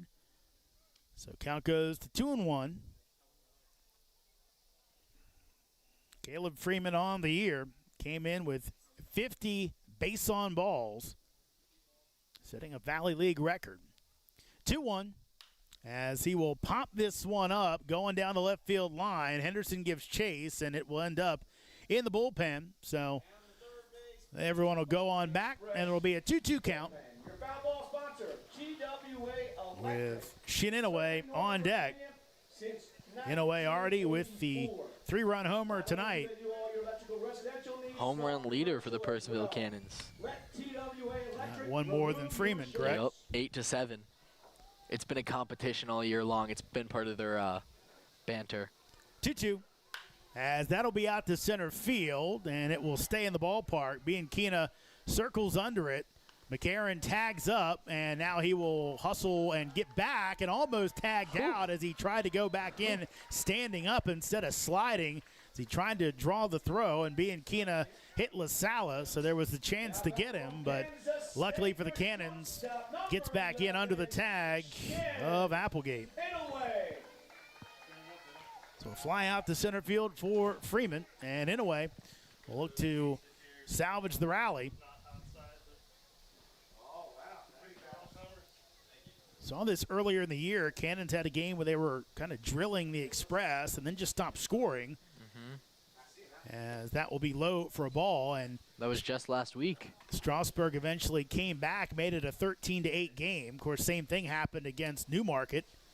So, again, it's happened a couple times. Cannons with the big leads. Now, of course, there is no mercy rule in effect tonight. So, 1-0, and that's a big swing and a miss as Inouye stepping out of the bucket on that one. You don't want mercy rules in a playoff game. Well, I got to be up tomorrow in D.C. by like 6:30, so I wouldn't mind it, but, you know. But, like, the bottom of the ninth comeback for the baseball team, like, that's a great story. You don't want to mercy rule that. 1-1. That's going to squirt through, and both runners are going to advance. Well, I'll say this. I can't imagine there have been that many Summer League mercy rule avoiding comebacks. Probably not, but like it's a little more relaxed, I think, than your college baseball, you know. I'm just saying it'd be a great story. It'd be an amazing story. It wouldn't be so great if it happened tonight. I think we had some folks jumping off the side of the booth. I said bottom of the ninth to make it so the Cannons score. Don't worry. 2-1 as Inouye almost hit by a pitch. Runner coming home, and he is going to be safe. Inouye went the wrong way. Went to the left after the ball almost hit him. Isaac Wells ended up in front of him. Inouye then scooted back across the plate. Probably better if he would have gone toward the Strasburg side, and Wells might be telling him just that. If there had been a play and he'd gotten in the way of it, Cannons would have been out of the inning, but instead the wild pitch and another run on the board as that brings McCarron across. And now Aparicio over at third base, 3-1 count to Inouye. Shin takes, that's low and inside, and he is on base for the fourth time tonight. A single, a 3-run homer, a hit by pitch, and a walk. As the inning continues, Jake Slade coming to the plate. Tech in Loudon Valley High School. Your third baseman, number 43, Jake Slade. The fan club is up tonight.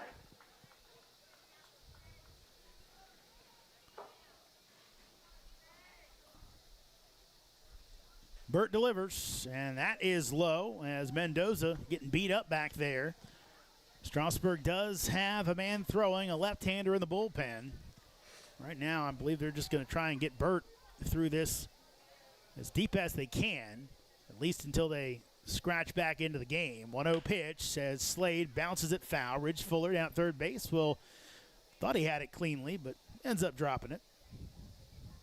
Better him than his players. So count goes to 1-1. Jake Slade, from here in Purcellville, Virginia, played his high school ball at Loudon Valley High School. There's two high schools in the western Loudon area. Loudon Valley in town, Woodgrove outside of town, as that's high for ball 2. But Slade played at Valley. This is the longtime home of Loudon Valley baseball, but a few years ago built their own stadium on campus, and Jake said he never played on this field until he became a Purcellville Cannon. 2-1 pitch, as that's going to be hit to third base, behind the bag. Long throw over, and it is in time to get Slade. Nice play by Henderson to end the inning. But Cannons put one more on the board on the run scored on the pass ball. It's a 9-1 lead for the Cannons after 5 innings here at Fireman's Field. Valley League Baseball is back, and the Purcellville Cannons would like to thank their sponsors for the 2024 season. Cannons Baseball is brought to you by The Pub, with locations in both Purcellville and Ashburn, and Catoctin Creek Distillery in the heart of downtown Purcellville. Cannons Baseball is also brought to you by Carrington Homes, Fairfax Coin, Ridge Performance, Valley Drilling, Affinity Hair, Caseco, Lowers Risk Group, Lava Technologies, UPP, T-Mobile, Savage Pest Warfare, and Valley Energy. Thanks again to all the fine sponsors of Purcellville Cannons Baseball. And if you'd like to become a sponsor, find out more at PurcellvilleCannons.com. The Thrills. Here's the 1-0. Slade rocks it out to left field. This one going back. Will it stay in the park? It will not! And the Cannons walk it off! The excitement. He kicks, fires, swinging a miss, strike 3. And you can put socks on that big gold trophy. Of Valley League Baseball. Check out Valley League action all summer long, culminating in the Valley League Championship Series in late July and August. The Valley Baseball League. Check it out today. Top of the lineup for Strasburg, it's LaSala, Chisholm, and it'll be the replacement, Chase Ingram, I believe. Miles Curley left the game due to injury. Aiden Adams into his 6th inning of work as he misses low for a ball. This is if Aiden records an out. This will be his longest appearance in the Valley, as that is going to miss up high as count goes to 2-0.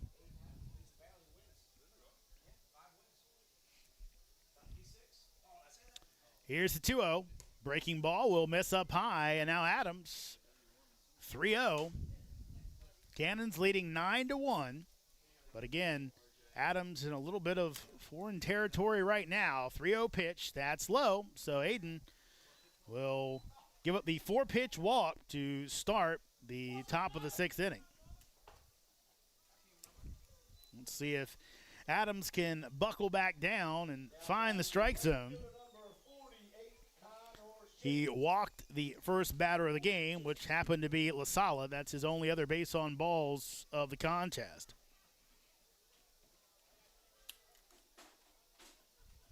Here's Connor Chisholm, lefty batter, as Chisholm takes outside for a ball. So 5 straight balls to open the inning for Aiden Adams.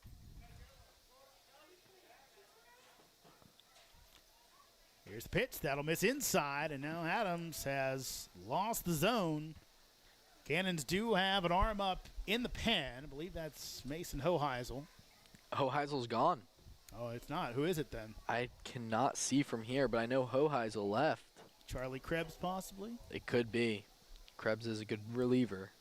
Here comes the 2-0 pitch, and that's going to miss. And now Adams on the verge of walking back-to-back batters on 4 pitches.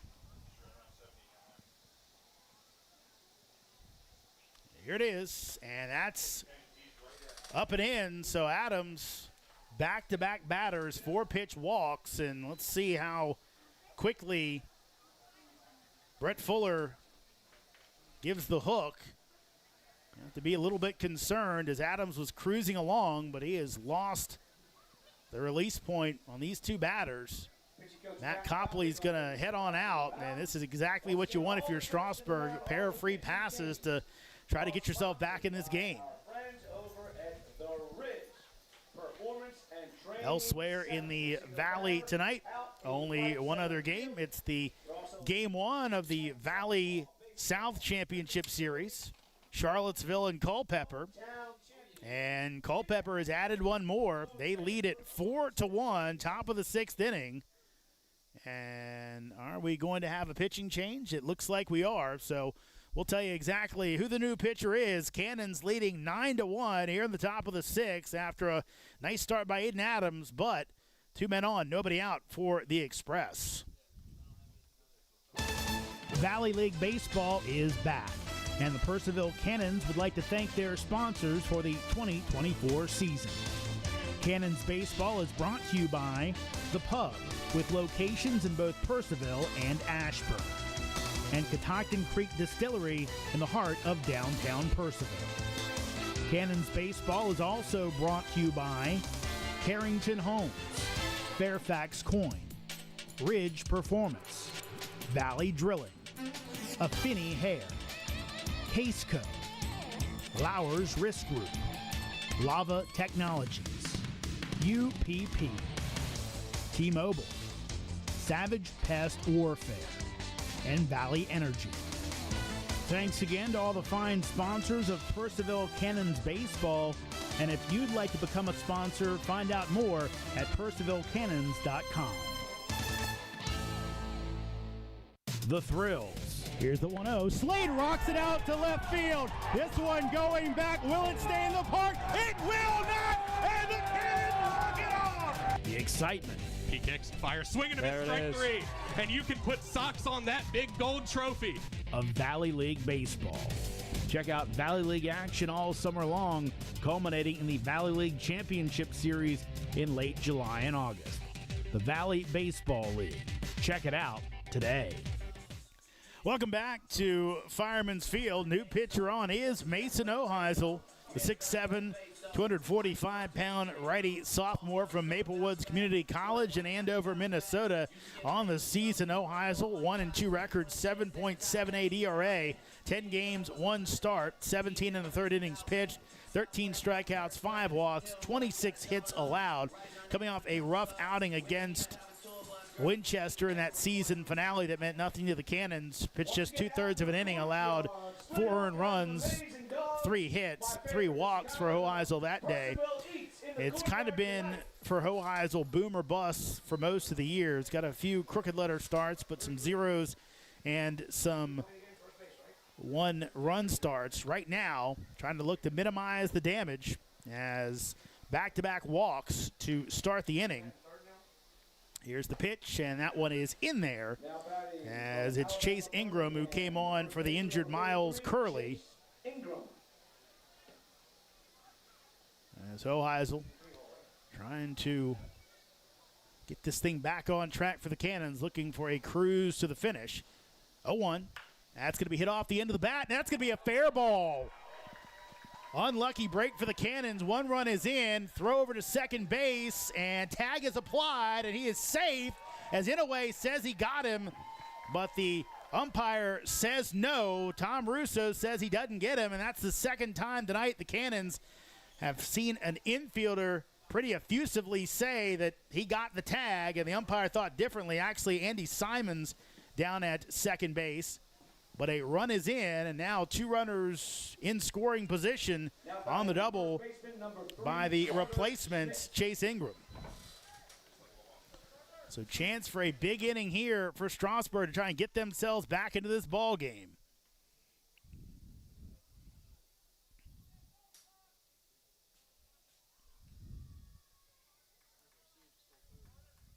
Here's Carter Schmidt.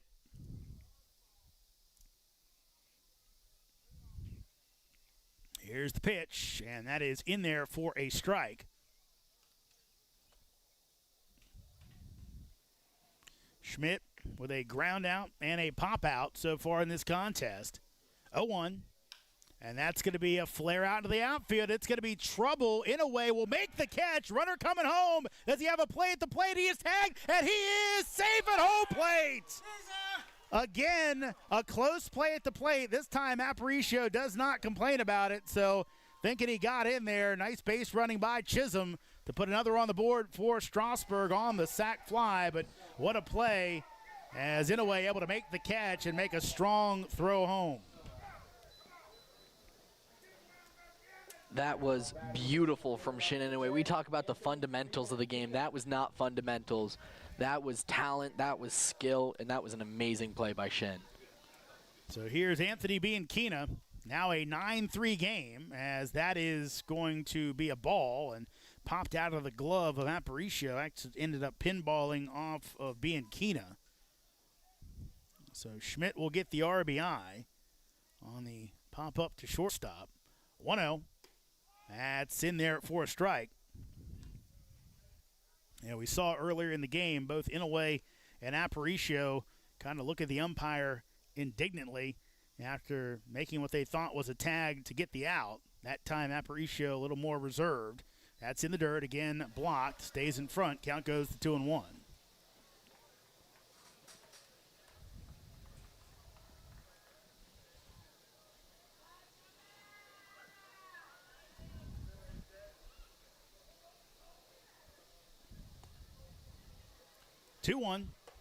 That's on the outside corner for strike 2. Chase Ingram down at second base.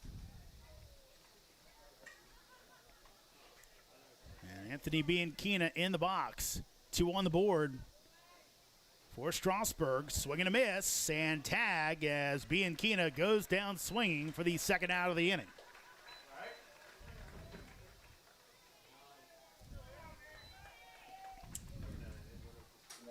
Batting the designated hitter number 9, Eduardo Castillo.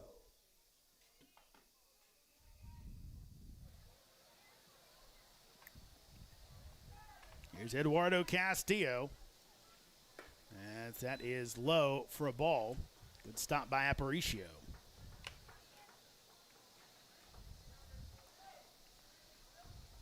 Big lead at second base for Ingram. 1-0. That is popped up, but is going to get into the seats and over top of the first base grandstand. Base bleachers, your foul ball sponsor, TWA Electric. Can't tell, TJ, if the bleachers have filled up a little bit. They definitely have. There's only a couple empty spots, really. It's just little rows between families, but it's become a pretty good night. People want to come out and see and support the Cannons during this postseason. 1-1 count. Here's the pitch. That's low. Again, Aparicio keeps it in front. Also in the house tonight, my man Posse Bormo. Talked about it before. Castillo on the season has 4 homers and 8 RBI against the Cannons. 2-1. That's in the dirt. This one's going to skip away. And now a runner down to third base as Ingram trots over. Count goes to 3-1. On deck, the catcher Mendoza.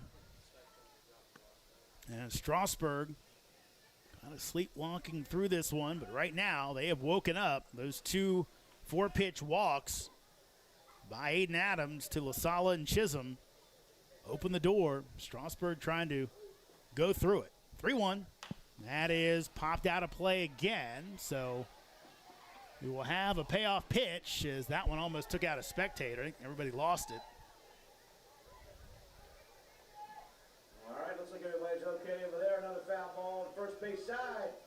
TWA Electric foul balls flying out of here left and right. Serving Northern Virginia since 19... Castillo steps back in. Hoheisel back on the mound. Shakes off from Aparicio. Gets what he wants. Payoff pitch. And that's high and inside, and that will be ball 4. So the rally continues for Strasburg. Already 2 on the board. 9-3 lead for the Cannons. Third walk of the inning for Cannons pitching. And that'll bring up Mendoza. Mendoza with a pair of strikeouts. What a time for him to find a way on base. We'll see if Strasburg tries to play some games on the bases here. Not a fast runner at third base as that misses outside for ball 1. Ingram plays a little bit in the field at UAB, but primarily a pitcher this past season. 1-0. That's low for ball 2. Cannons have more movement in the bullpen, but right now Hoheisel's got to find a way out of this inning. Here's your 2-0. That's out to center field. Going over is Freeman, and he will make the catch in the gap for the third out of the inning. Mendoza gave it a ride, but it stays in the park. 2 on the board for the Express. We head to the bottom of the 6th inning. It's Cannons 9, Strasburg 3. Valley League Baseball is back, and the Purcellville Cannons would like to thank their sponsors for the 2024 season. Cannons Baseball is brought to you by The Pub, with locations in both Purcellville and Ashburn, and Catoctin Creek Distillery in the heart of downtown Purcellville. Cannons Baseball is also brought to you by Carrington Homes, Fairfax Coin, Ridge Performance, Valley Drilling, Affinity Hair, Caseco, Lowers Risk Group, Lava Technologies, UPP, T-Mobile, Savage Pest Warfare, and Valley Energy. Thanks again to all the fine sponsors of Purcellville Cannons Baseball. And if you'd like to become a sponsor, find out more at PurcellvilleCannons.com. The Thrills. Here's the 1-0. Slade rocks it out to left field. This one going back. Will it stay in the park? It will not! And the Cannons walk it off! The excitement. He kicks, fires, swinging a miss, strike 3. And you can put socks on that big gold trophy. Of Valley League Baseball. Check out Valley League action all summer long, culminating in the Valley League Championship Series in late July and August. The Valley Baseball League. Check it out today. New pitcher on the hill. It's Matthew Phillips, the pitcher utility man out of Norfolk, Virginia, and Towson University, 6'2", left-hander, junior. On the season, Phillips with no record, 10.21 ERA, 9 games, 1 start, 1 save, 12 and a third innings pitched. Also 16 strikeouts 20 walks, 9 hits allowed. Interestingly enough, he actually did pitch, actually played in the field last night in the playoff game against the Winchester Royals, as he went 0 for 4 in that contest, 2 strikeouts on the day. Phillips, as we mentioned before, he was the guy who made it to the finals of the Valley League Home Run Derby, losing to Canon Victor Figueroa. So he's got some good vibes here at Fireman's Field, hoping to carry those over to the pitcher's mound. It's one of the nice things about being a lefty here at Fireman's Field is that you took advantage of it during that home run derby, deservedly so. So it'll be 4, 5, and 6 for the Cannons. Johnson, Kono, and Pack, your scheduled hitters. As Purcellville looking to add back onto that lead that has dwindled down at 1.8-0, then 8-1. Cannons put 1 on the board in the bottom of the 5th, made it 9-1, but 2 runs last inning. Aiden Adams, who was cruising along, just lost the strike zone, walked 2 batters on 8 pitches. So Hoheisel comes in and limits the damage, and now the Cannons will look to put some more back on the board as Kyle Johnson steps in. Johnson with the pop out, the single, and then the strikeout.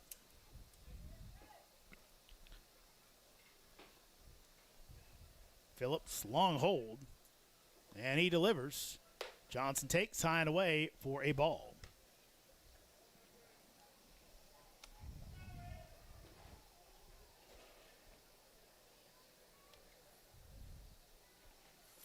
Phillips, the mustachioed lefty, comes home, and that's way outside as well.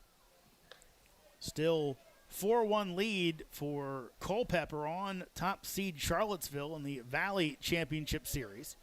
That one down in Charlottesville tonight. Game 2 set for Culpeper tomorrow. Cannons set to travel to Strasburg tomorrow night for Game 2 in the North Series.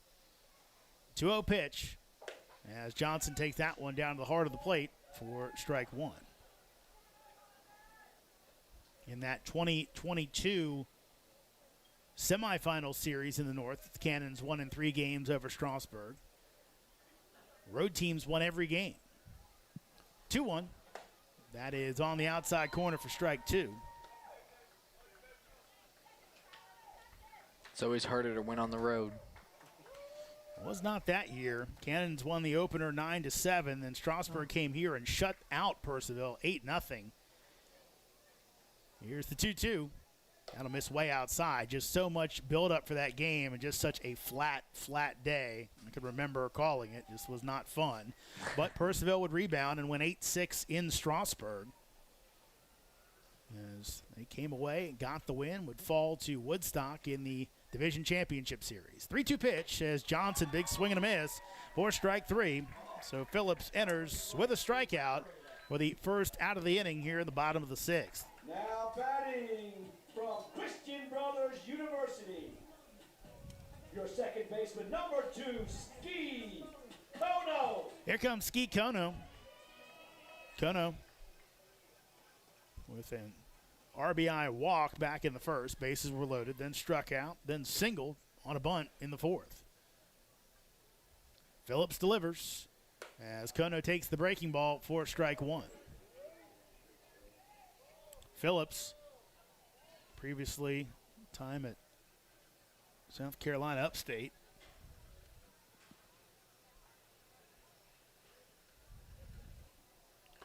That will miss outside in the dirt. If I remember correctly, he was hard to find information on. I kind of looked during the All-Star festivities, and again, the only reason I know that is because he's wearing a jersey with that South Carolina Upstate logo on it in his picture, so I have to figure he was there at some point. 1-1, and that's going to clip Kono, and he will head down to first base the hard way. I think Ski lucky that it just a glancing blow. Kind of shocked him a little bit up and in. That's the same hand that he hurt the other night, actually, when he got hit by a pitch, when they called that it wasn't hit by pitch. And he had to actually get x-rays on those. They said he's not, he can play is what they said. Fourth hit by pitch by Strasburg pitching tonight. That'll bring up Lincoln Pack.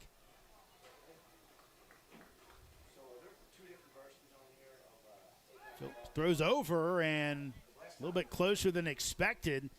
Remember, Chase Ingram over there at first base kind of filling in after the injury to Curley.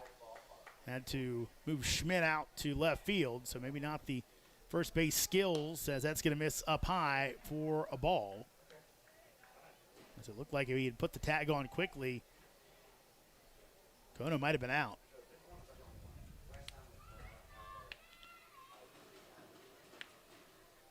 Here comes the 1-0. Misses way outside to the backstop. Good carom, and Mendoza thought about throwing it down to second base, but thinks better about it. Phillips didn't get that ball cleanly, but not far enough for Kono to move on to third base.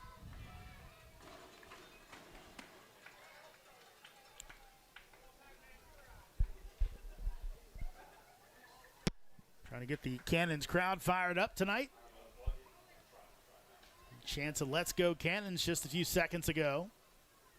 Here's the 2-0. Runner goes and throw and no throw as stolen base for Ski Kono came in on the season 16-20. Adds another one to his total and puts himself in scoring position on a fly ball for Lincoln Pack. Already has one sacrifice fly tonight.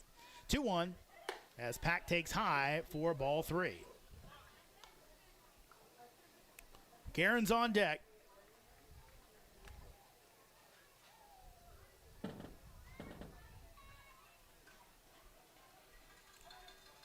Generous lead for Kono off third base as Pack will dribble it down to third base. Throw home, and it's off the mark, and in with the run is Ski Kono. As he broke on contact, Henderson had to make a good throw. He didn't. Pulled Mendoza up the line, and it will be another run on the board for the Cannons. They lead it 10-3. What a play by Ski Kono. Really just great understanding of the game. Something like that could really have turned out wrong, but instead he sees everything right there, and he gets a little lucky with a bad throw, but he was going to be home as fast as he could. Here comes Devin McCarron. As Phillips delivers, and McCarron takes outside for a ball. Strike. It was a strike, excuse me. It was a strike.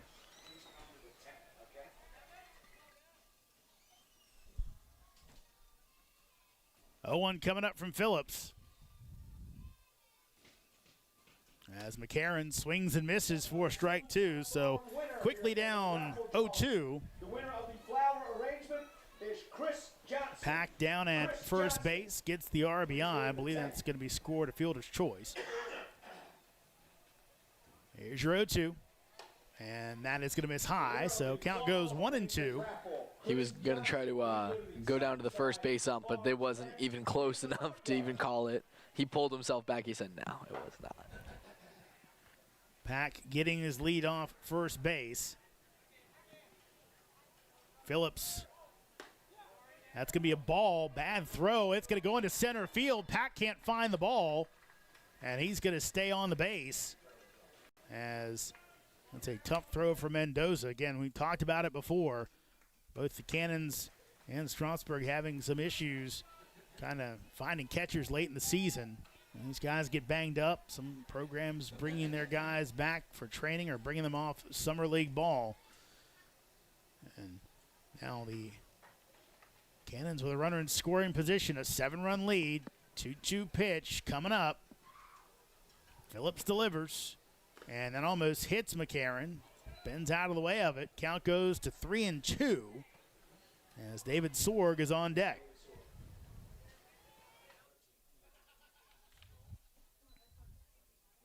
And now they will swap out, get a new ball, take that one out of play.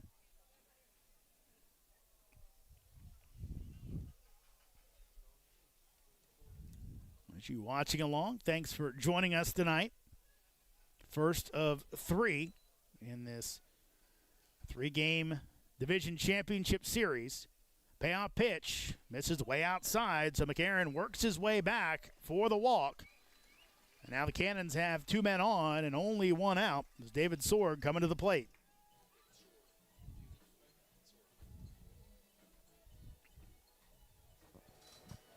Now batting for your Cannons from Arkansas, Little Rock. And a meeting at the mound does not have a coach involved in it. So Strasburg maybe just trying to stall a little bit here. Take some time to get a arm warmed up in the pen. Remember, there is no mercy rule in the Valley playoffs. It's kind of a measure for the regular season. Make sure they can kind of limit some innings. Those 2 innings can really help if you take those off somebody's plate. So Sorg steps in, lefty on lefty matchup. Sorg does not have a home run on the season.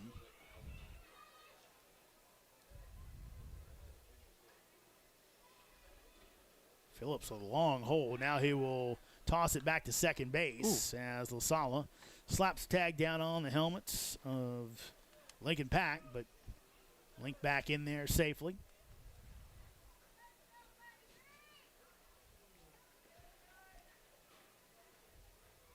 Darkness has set here at Fireman's Field as Sorg swings at one in on his hands and fouls it off. Kind of a defensive swing right there. Someone asked him, is he okay? And Sorg says yes. Sorg out of Arkansas, Little Rock. And good enough for him as Brett Fuller coming out. Maybe he did catch it off the hand a little bit, but right now Sorg no intention of giving up any playing time. Flexes that hand a little bit, and he's ready, but Phillips isn't. Looks like Phillips might have an issue with equipment, I think. Whatever he did it in front of Tom Russo, so nothing illegal. No spider gel? I'm assuming not. He's a David Copperfield. He can do it right in front of the umpire. Here comes the 0-1. As that's going to be fouled off. Another one riding inside. Sorg swung at 2 balls in this at-bat. Who are some notable current magicians? Oh. I don't know. Wow. Job from Arrested Development. No, I'm talking about like real magicians, not like ones no, on TV shows. There's that one crazy guy besides David Copperfield. 0-2 coming up. And that's going to get to the backstop. As some reason, Pat going back to the base, and now he's going to go in. I don't know what Lincoln Pack was looking at right there. He went back to the second base, realized the ball was at the backstop, and it McCarron coming his way, so he had to take back off. Luckily, he ends up getting in. So now 2 runners in scoring position for Sorg on the wild pitch. And David Blaine. Yep. He's the crazy one. Is Teller still alive? Penn and Teller? Yeah. I believe both of them are still alive. 1-2 as Sorg waves at that one for strike 3. So Sorg with his 3rd strikeout of the game. And Aiden Aparicio will look to pick up the 2 on the decks for the Cannons with 2 outs. Yeah, some of the things David Copperfield has done is just, he's had some crazy ones, but to me, David Blaine, when he did in the like freezing water for like, I think 3 weeks or something, or like in the ice, and like he was like, I saw hours and it was just 1 minute. Like, that's terrifying. Phillips delivers, as that will miss outside again, as this time Mendoza gets glove on it. Yeah, are they called magicians anymore, or are they called illusionists? I couldn't tell you. Because I feel like David Blaine's always in. been an illusionist more than a magician, but honestly, I don't know for sure. Yeah, I'm not that tapped into the magicians community, you know. Fair enough.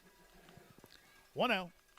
Swing and a miss for strike 1. Although when I was a kid, I did have one of those magic sets with like the hat that pops out, the like flowers that, you know, I was pretty good. I could do some card tricks, some sleight of hand. What was your best trick? Ooh, you had a pitch to think about it. Yeah. Give me a second. Here comes the 1-1. That'll miss outside. Count goes 2-1. It was probably this card trick that I could do with like I would separate your cards into like 4 groups, and I would always find it. Oh, nice. and I was good at that. I rarely messed up on that one. Wow, okay. I think Bill Russatello wants you to play some 3-card monte for him. Oh, absolutely. Here comes the 2-1. As that'll miss high and away for ball 3. The best might be just getting a runner flush the other day. That one, Nice. That one I got lucky on. Bill needs to find out what we were talking about. He's come down to the booth. Said we were saying that he used to be good at card tricks, so you could play some 3-card monte down somewhere, make you a little bit of money on the side. 3-1. That'll miss away. So that is a walk as Aparicio turns the lineup over as Caleb Freeman will come to the dish.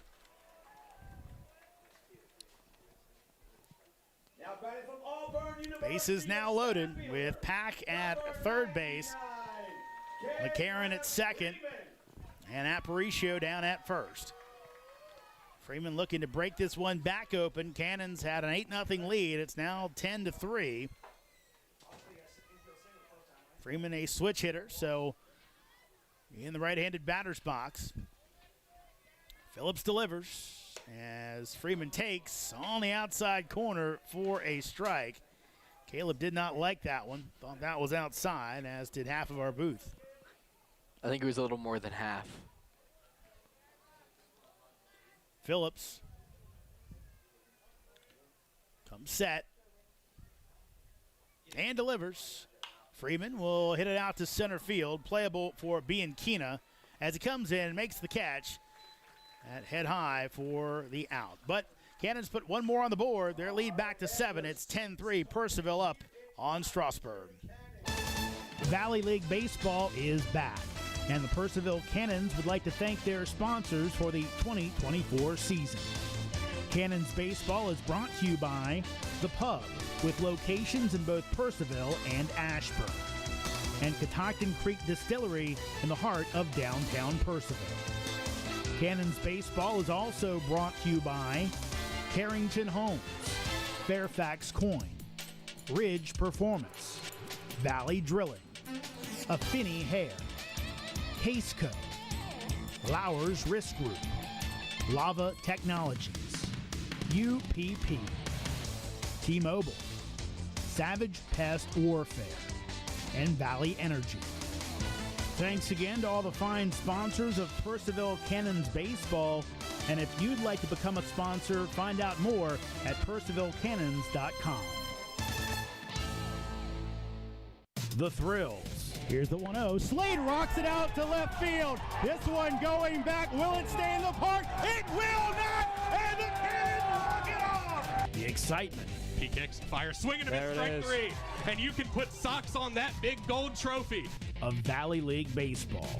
Check out Valley League action all summer long, culminating in the Valley League Championship Series in late July and August. The Valley Baseball League. Check it out today. 10-3 lead for the Cannons here in the top of the 7th inning. Quick update from down in Charlottesville as the Tom Sox have been trailing most of this game. The top seat, they still trail 4-1 as Culpeper up in the middle of the 7th inning. To bring you the next 2 innings of play-by-play, here's my partner, TJ D'Onofrio. Thank you much, Jeremy, as Mason Hoheisel takes the mound for another inning of work. His slated batters for this inning will be Brooks Henderson, Carson Applegate, and Anthony LaSala. LaSala so far has been walked twice, and he has been it's been a little bit of an issue because both times he's been walked, he's been making it far. I believe he... Yeah. As here's the first pitch. It's swung at. It's flying into left field. It's going to be chased by Lincoln Pack coming up, and he finds it. That's the first out of the inning. That was nice and quick for Mason Hoheisel. That's the kind of plays he wants to see. As Carson Applegate's going to be coming to the plate. Now batting the second baseman, number 5, Carson Applegate.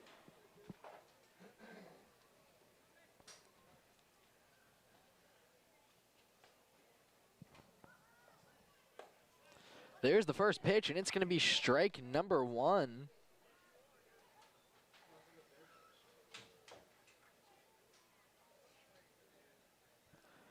Here's pitch number 2. It's swung and it's missed. That's strike number 2 already. Carson Applegate so far in the campaign this year.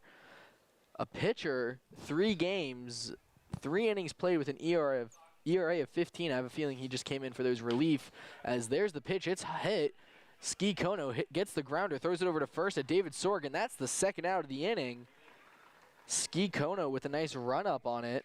Made it nice and easy for him as Anthony LaSala, the leadoff hitter who had a monstrous game just last night, include 4 at-bats, 3 hits, 2 runs, 2 RBIs, and 2 home runs. Averaged 750 last night. Here's the first pitch from Hoheisel. There's strike 1.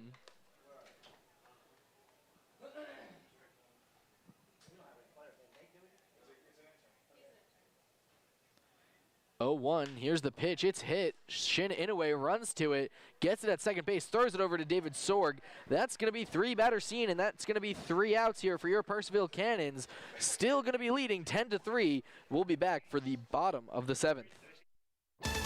Valley League Baseball is back, and the Purcellville Cannons would like to thank their sponsors for the 2024 season.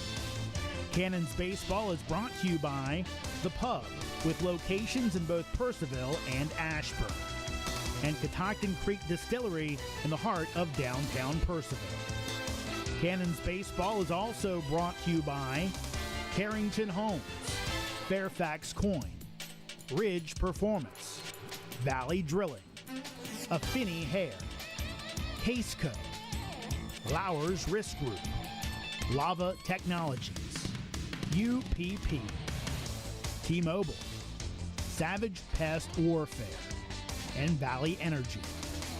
Thanks again to all the fine sponsors of Purcellville Cannons Baseball, and if you'd like to become a sponsor, find out more at purcellvillecannons.com. The Thrills. Here's the 1-0. Slade rocks it out to left field. This one going back. Will it stay in the park? It will not! And the Cannons walk it off! The excitement. He kicks, fires, swinging to miss, strike 3. And you can put socks on that big gold trophy. Of Valley League Baseball. Check out Valley League action all summer long, culminating in the Valley League Championship Series in late July and August. The Valley Baseball League. Check it out today. Welcome back to Fireman's Field, home of your Cannons. New pitcher on the mound for Strasburg. It's going to be Hayden Fravel from Lebanon Valley College. The 6'1 lefty has an ERA of 8.10 so far this campaign. 2 wins, 0 losses, 8 games, 13 innings pitched, 11 strikeouts, 17 walks, allowed 10 hits against him. Pitches over at Lebanon College and over in Lebanon, not in Lebanon, but at Lebanon. He did not see any action this past season. He's looking to make a change. No, I apologize. His freshman year, he didn't see any. This past season, he went 0-1 with 6 appearances, 1 start, 9.2 innings played, and an ERA of 14.9. Batters averaging .367 against him so far. TJ, we had some of this strong Strasburg crowd yell Fravel, so we're going to go with that. Okay. So that's the good thing about having the road people travel. When you screw up, they yell at you. Exactly. So. And his slated batters will be Shin Inoue, Jake Slade, and Kyle Johnson, the 2, 3, 4 of the lineup. Scary thing to see for a fresh arm. State University, your shortstop, number 11, Shin Inoue.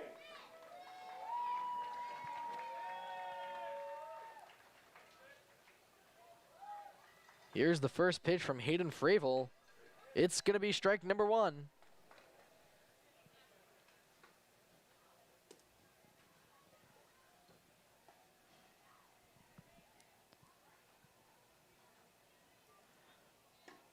There's ball number 1.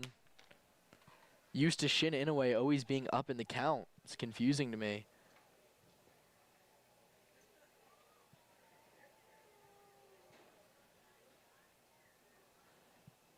Here's the 1-1 count. It's going to be high for ball number 2, and a look over. It's still the bottom of the 7th, 4-1. Culpepper leading the Tom Sox. Long inning over there as here's the delivery. It's swung and missed. There's going to be strike number 2.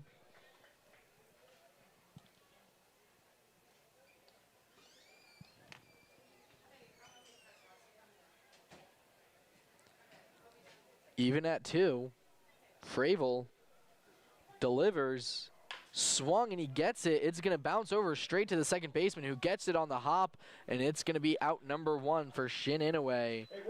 From the second baseman, Applegate, to Ingram at first. The most recent Sylvanside Farm raffle. It is. Now Jake Slade's going to be up at the home plate, the hometown kid. So far today, Slade been walked twice, a strikeout looking, and a ground ball to the third baseman, or a hit over to the third baseman gets him out at first. Slade.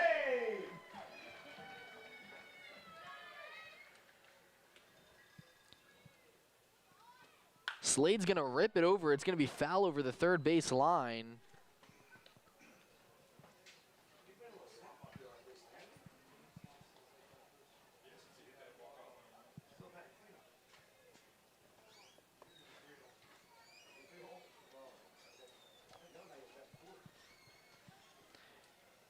There's the pitch, and there's ball 1.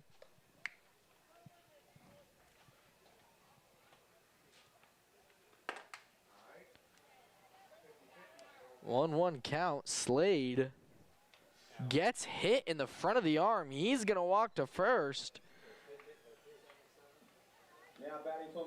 That is the fourth hit by pitch in this game today, as Kyle Johnson steps to the plate. 4 hit by pitches in just 5 hit by pitches in just 7 innings. I was given a flash of 5.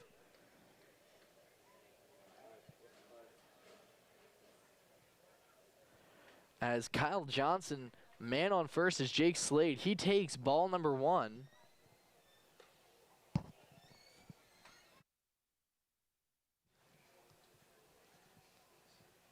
Hayden Fravel delivers. It's swung. It's going to be foul into the stands. That's going to be 1-1 count with Slade at first.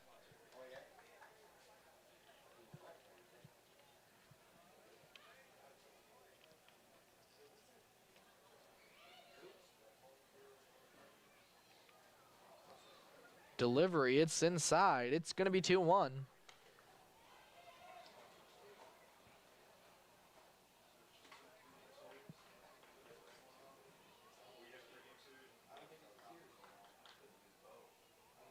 Here's the pitch. It's way outside. 3-1.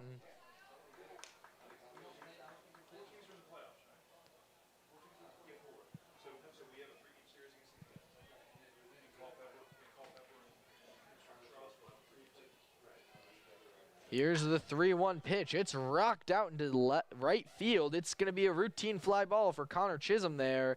He misses it. He was unable to find it. Jake Slade's going to get to second. Kyle Johnson gets to first.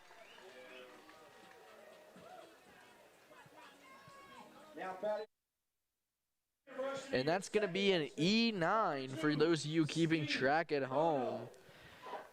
Routine fly ball, just unable to find it in the lights. Ski Kono now stepping to the plate with a man on first and second and just 1 out.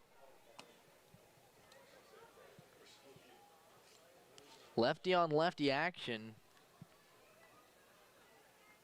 There's the pitch, and it hits the inside corner for strike 1.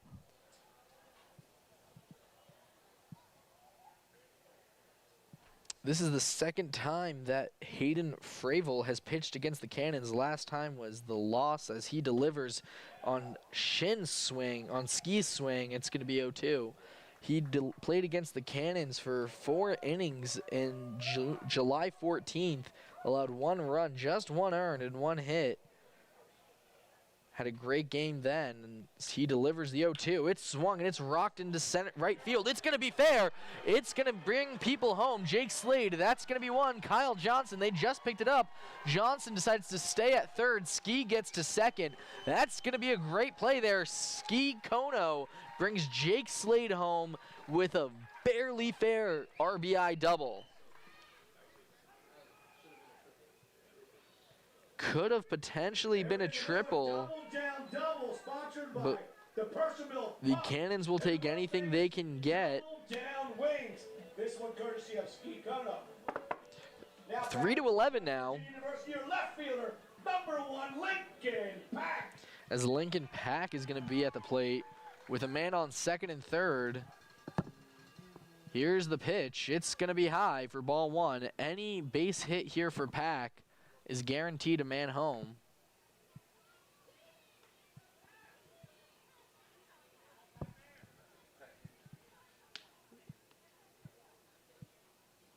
One-0 count. Here's the pitch. It's swung and it's missed. That's going to make it 1-1. 1 ball, 1 strike, 1 out, and number 1 at the bat. It's 11-11.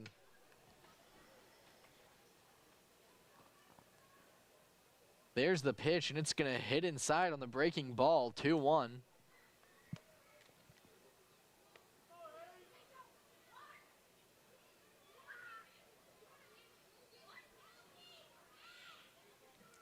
Here's the pitch. It's going to hit the corner to make it 2-2. Pack doesn't believe it.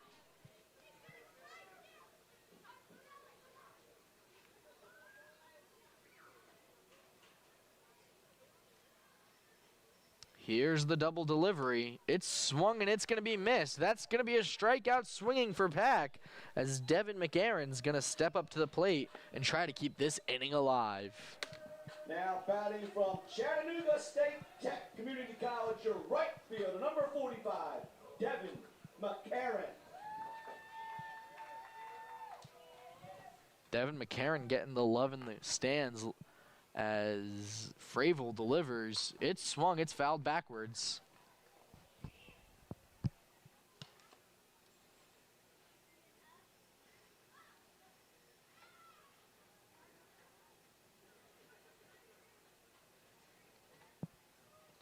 Oh, 1 count here. Here's the delivery way outside for ball 1.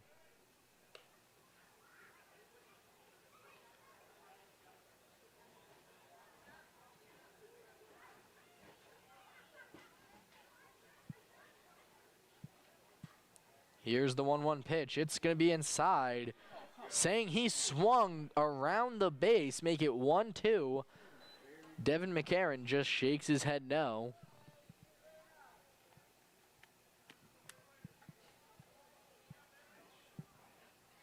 One, 2 is the count here. The delivery inside to make it 2-2.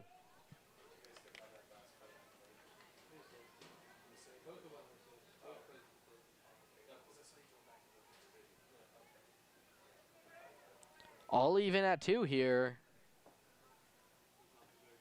Here's the delivery. It's high to make it a full count.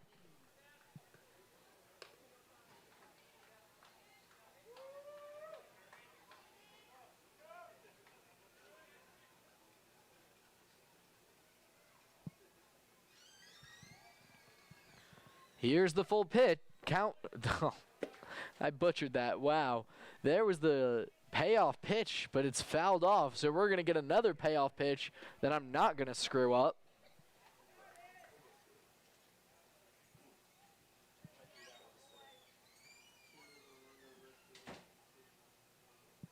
There's the pitch, and it's rocked into right field. It's going to be a fly ball for Connor Chisholm. Can he make up for his error last time? He does within a reach of his hand. That's going to be the last out of this inning, and we'll be back to bring you the top of the 8th as your Purcellville Cannons lead 11-3. Valley League Baseball is back, and the Purcellville Cannons would like to thank their sponsors for the 2024 season.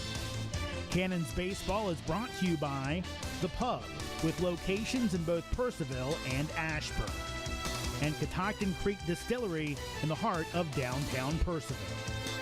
Cannons Baseball is also brought to you by Carrington Homes, Fairfax Coin, Ridge Performance, Valley Drilling, Affinity Hair, Caseco, Lowers Risk Group, Lava Technologies, UPP, T-Mobile, Savage Pest Warfare, and Valley Energy. Thanks again to all the fine sponsors of Purcellville Cannons Baseball. And if you'd like to become a sponsor, find out more at PurcellvilleCannons.com. The Thrills. Here's the 1-0. Slade rocks it out to left field. This one going back. Will it stay in the park? It will not! And the Cannons walk it off! The excitement. He kicks, fires, swinging and a strike three. And you can put socks on that big gold trophy. Of Valley League Baseball. Check out Valley League action all summer long, culminating in the Valley League Championship Series in late July and August. The Valley Baseball League. Check it out today. Well, folks, it's late July and August because we're in a playoff series. New pitcher on the mound for your Purcellville Cannons, Cooper Smith, number 10.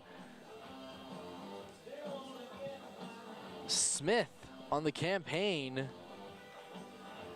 an ERA of 3.27, 10 games played, 11 innings pitched, 14 strikeouts, 8 walks, allowed 4 hits. The 5'11", 185-pound righty from Woodbury, Minnesota, pitches at the University of St. Thomas. His last outing was July 20th at the Rebels, where he pitched just .1 of an inning, allowed 3 runs, all earned, 1 hit, 2 walks, saw 4 batters. Before that, his ERA was just above 1, and that game itself just made it 3.27. Hate to see one game ruin what was such an amazing ERA. Would have been one of the lowest on the team for the amount of innings played. Still will be. Cooper Smith, a phenomenal pitcher. Interesting that we're bringing him in while we are winning 11-3, but they obviously have some kind of sneaky idea here. Connor Chisholm's going to be the first at-bat. Cooper Smith delivers. That's going to be ball number 1. His slated batters, Connor Chisholm, Chase Ingram, and Carter Schmidt.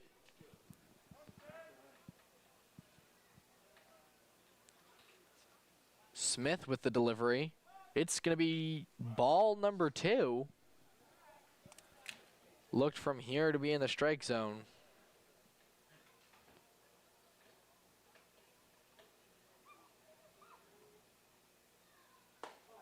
There's the pitch, and there's a strike. It's going to be a 2-1 count.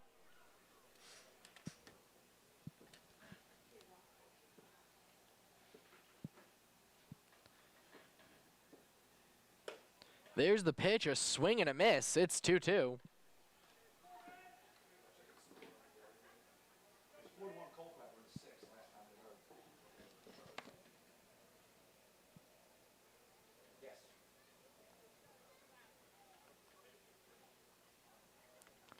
All tied at 2. Here's the pitch.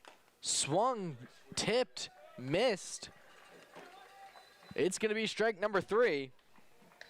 That's going to be a strikeout swinging for Connor Chisholm as Cooper Smith gets rid of his first batter. It's still 4-1 in the South at the top of the 8th. Culpepper leading the Tom Sox. Here's the pitch. It's going to be ball 1.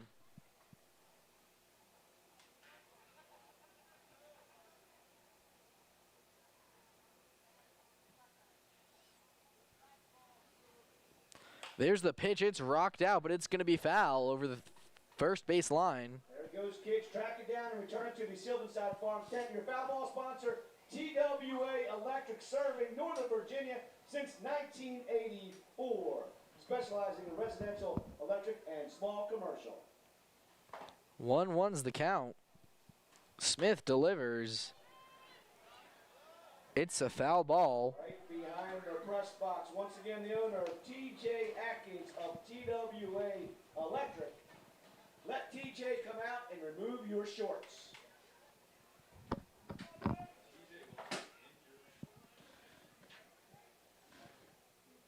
1-2's the count. Smith delivers. It's swung and missed. That's the second strikeout here for Cooper Smith.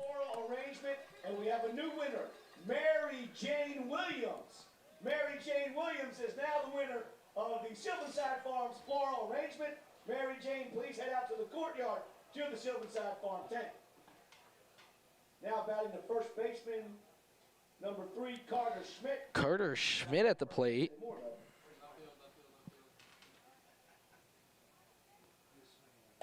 There's the pitch, and that's going to be strike one. Carter Schmidt now playing left field. Carter Schmidt, the left fielder. Never listen to what Bill says. I should know. There's the pitch. It's going to be a check swing foul.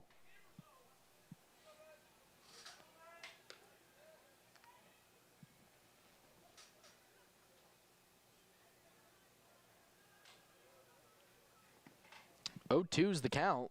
Smith wants to put it away. He finds his pitch. He delivers. It's up high. Ball number 1.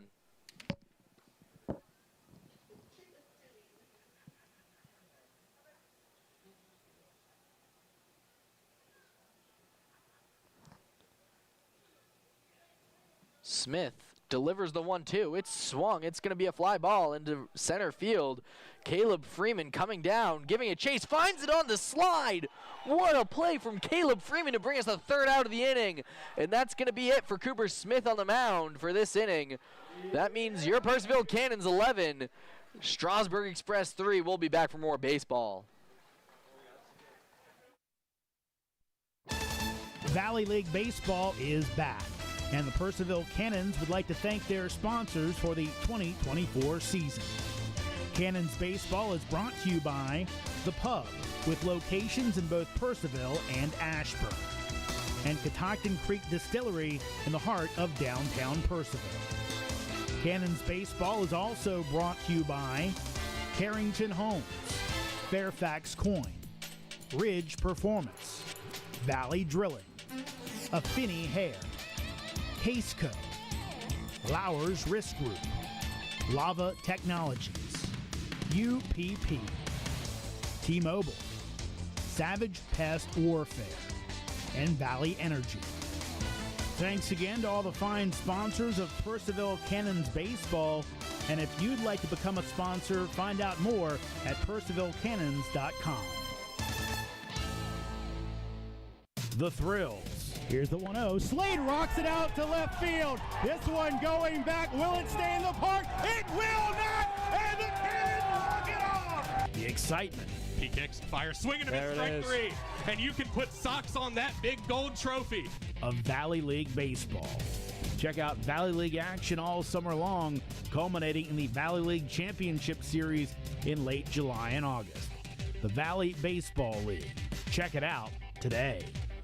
Welcome back to Fireman's Field, home of the Cannons, leading 11-3 in this playoff game against Strasburg Express. Hayden Fravel up on the mound for another inning of work. His slated batters are going to be David Sorg, Aiden Apitriata. I wrote it down. And Caleb Freeman. David Sorg so far tonight struggling with 3 strikeouts and a fly ball into center field.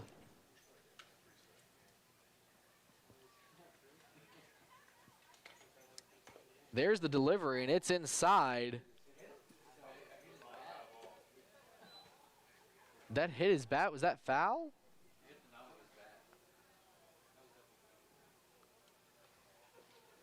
That's going to be foul ball. Or did it hit his hand?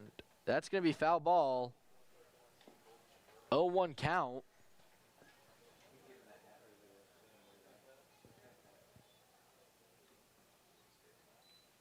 They're going to call in for a meeting.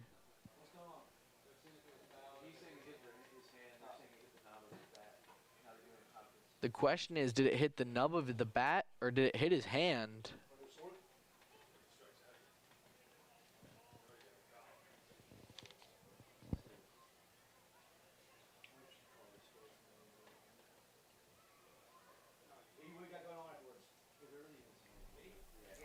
TJ, I'm going to say that If they've missed 2 tags on the field, they're not going to have seen that ball hitting his hand instead of the knob. Yeah. Just saying. Could be wrong.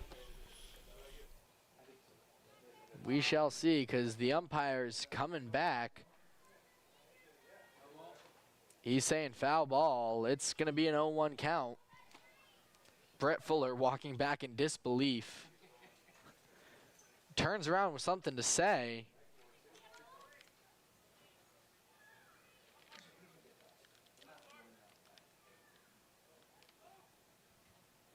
Oh, 0-1 count here for Sorg somehow, as there's the ball for... There's a pitch and there's the ball.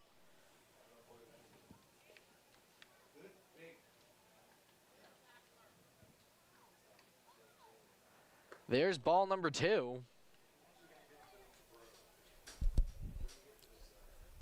Did we go with Fravel? Is that it, or Fravel. We got it backwards, then we changed it. We went with Fravel. But then the people yelled in the stands. Did they say it was Fravel? No, they said Fravel. We said Fravel to start. As there it is, and that's going to be a hit to the first baseman. It's going to be David Sorg out at first to start the inning.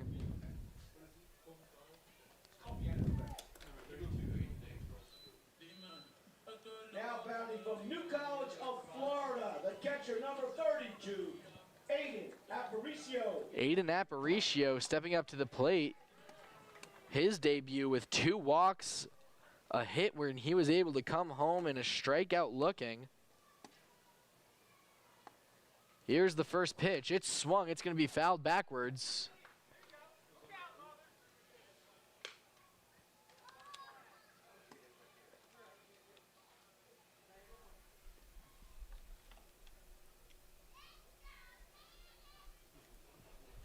Oh, 1 count here. It's inside for ball number 1. Got a youngster starting Let's Go Cannons chant now. Start him young. 1-1's the count here. Aiden takes for ball 2.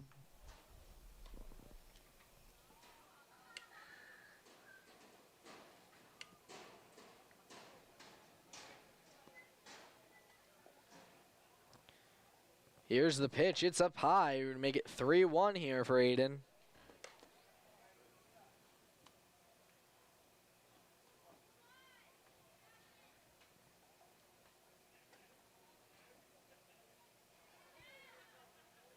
Here's the pitch. It's inside. That's going to be another walk for Aiden, his 3rd of the night. Can't beat that if you're Aparicio. You got a base hit and 3 walks, especially if you're your first game with a team, kind of showing what you can do. He's contributed and held the rope, as it were. Absolutely. This is a successful first night for him, as there's going to be a meeting at the mound. Hayden. The whole infield comes in for this. Trying to see who's down there. I didn't see anybody coming in. Maybe a little bit blocked. But as there's going to be a new pitcher on the mound. We're going to take a short break and tell you all about him after that.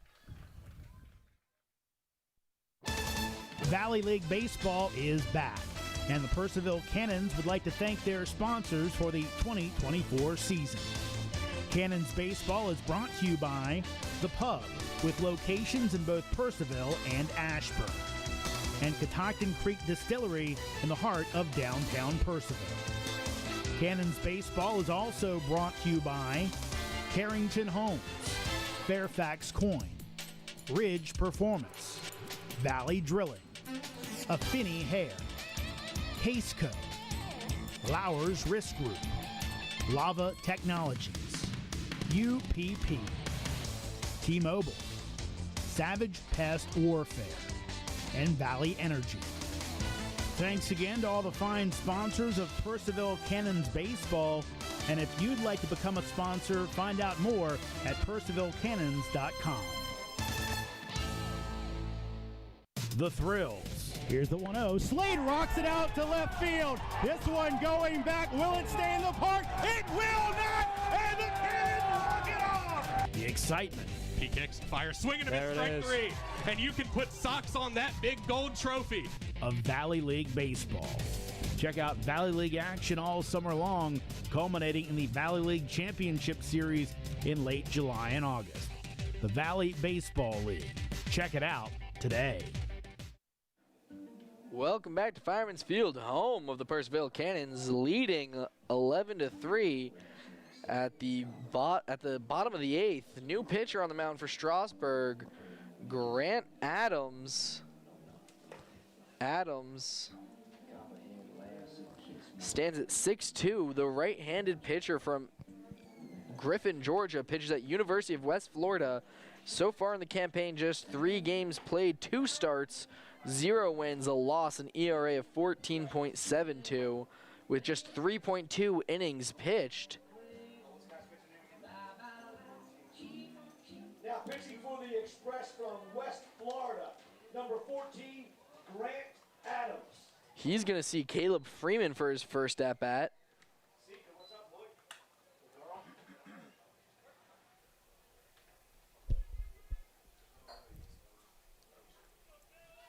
Adams delivers. It's high, ball number 1.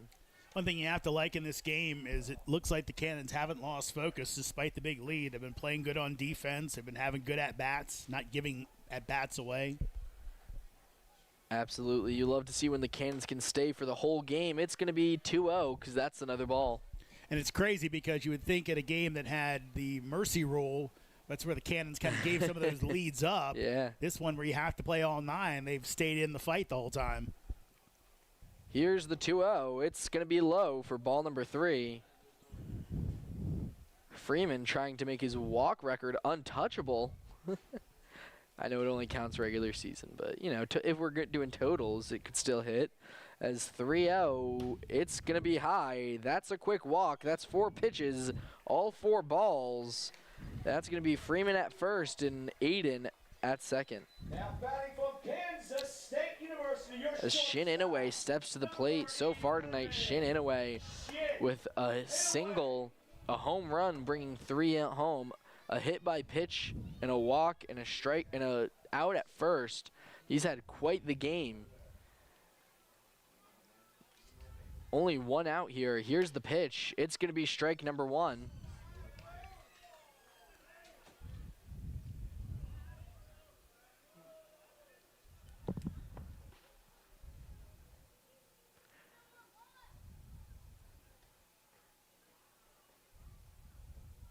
Delivery. It's strike 2.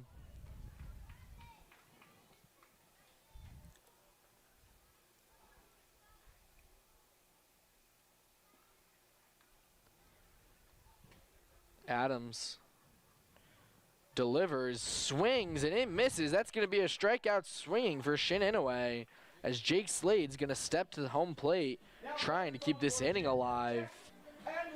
As a look around the league, top of the 9th, Culpeper, the Culpeper Cavaliers leading the Charlottesville Tom Sox 4-1 still at the top of the 9th. They have to play all of it because Charlottesville Tom Sox are at home. As here's the first pitch. It's going to be curving right into the strike zone. That's going to be 0-1. That'd be a huge win for Culpeper. Have a chance to close it out at home tomorrow night. They can finish this one off. Here's the pitch. Slade swings and misses. 0-2 count.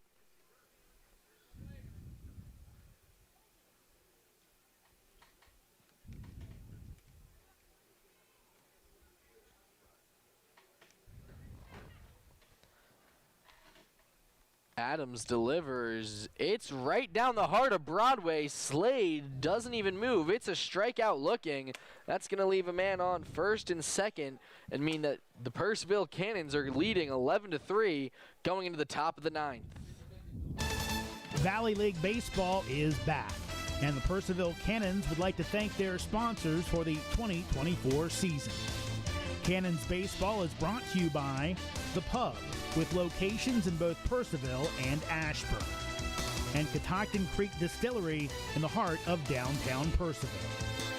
Cannons Baseball is also brought to you by Carrington Homes, Fairfax Coin, Ridge Performance, Valley Drilling, Affinity Hair, Caseco, Lowers Risk Group, Lava Technologies, UPP, T-Mobile, Savage Pest Warfare, and Valley Energy.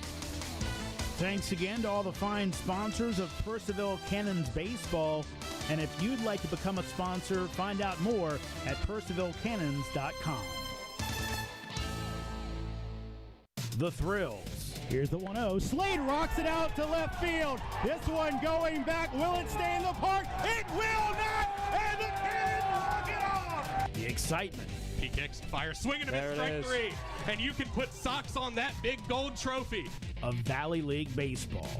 Check out Valley League action all summer long, culminating in the Valley League Championship Series in late July and August. The Valley Baseball League. Check it out today. Welcome back to Fireman's Field, home of your Purcellville Cannons, leading 11-3 on the mound for another inning of work. Cooper Smith here to bring you your last inning of play-by-play. My partner, Jeremy Huber. Thank you so much, TJ, as it will be 5, 6, and 7 for Strasburg here in the top of the 9th inning, being Kina, Castillo, and Mendoza. If the Cannons can close this one out, they'll have a chance to finish off the series tomorrow night down in Strasburg. And we'll see if Purcellville can get the job done. These two teams have met twice before this in the playoffs since the Cannons came to Purcellville in 2016. Their first season in 2016 was ended by the Express, who swept them as the top seed. I believe that ended in a championship that year for Strasburg. 2022, Cannons came away with a 3-game series win as the lower seed, the 3 beating the 2, winning both games down in Strasburg.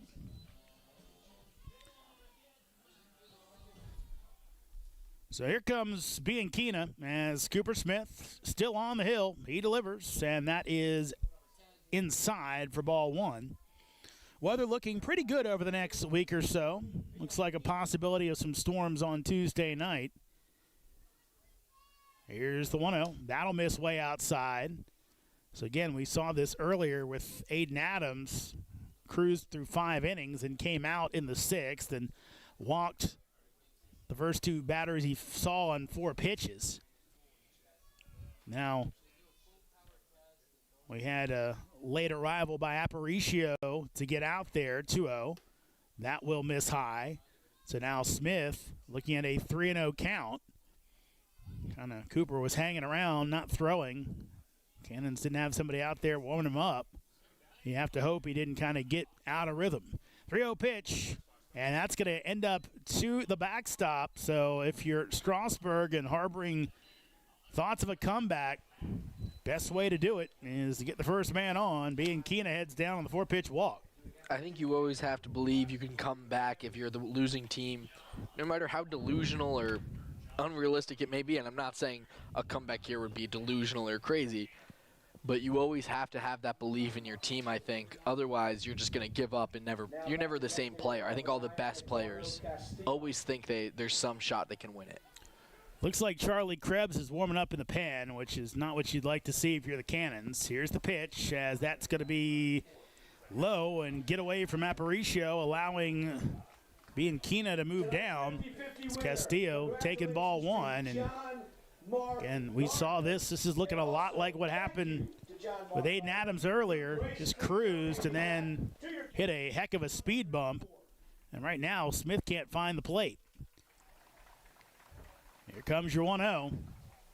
That's in there for a strike. And right now with an 8-run lead, right now you got to be around the plate. Make them hit their way on. No free passes. 1-1. And that almost catches Castillo, and it does. And Smith disagreeable about it, so the runner will go back to second base. And again, Cannons have put 2 men on in a situation where you really want to do anything but that. And now Brett Fuller not going to wait. Matt Copley comes out. They're going to go to the pen. So Cannons, we're hoping to finish this one off with Smith. They will not. New pitcher coming on to hopefully finish it off. Cannons lead at 11-3. We pause here in the top of the 9th.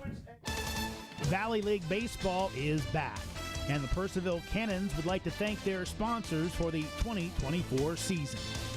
Cannons Baseball is brought to you by The Pub, with locations in both Purcellville and Ashburn, and Catoctin Creek Distillery in the heart of downtown Purcellville. Cannons Baseball is also brought to you by Carrington Homes, Fairfax Coin, Ridge Performance, Valley Drilling, Affinity Hair, Caseco, Lowers Risk Group, Lava Technologies, UPP, T-Mobile, Savage Pest Warfare, and Valley Energy.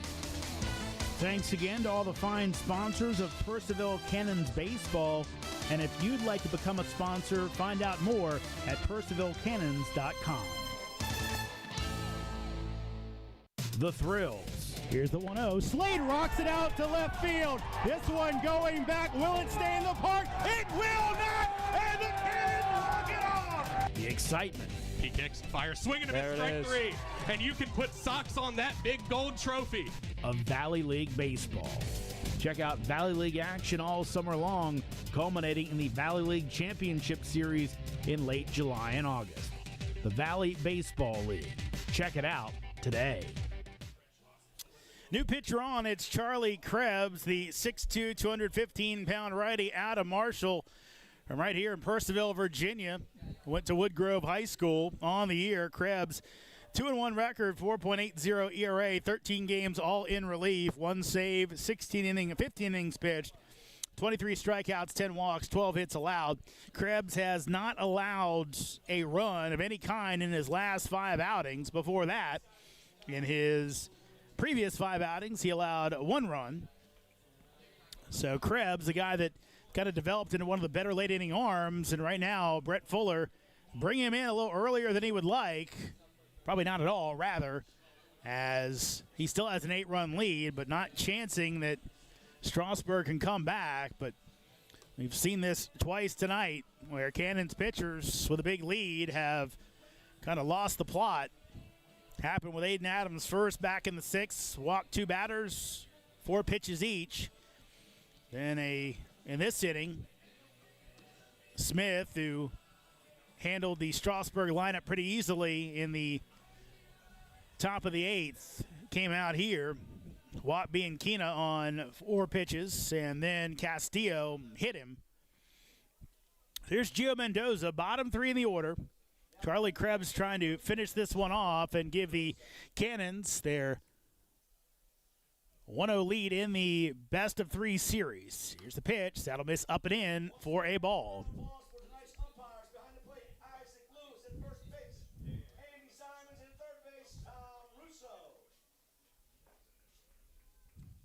Here's the pitch as Krebs again misses up.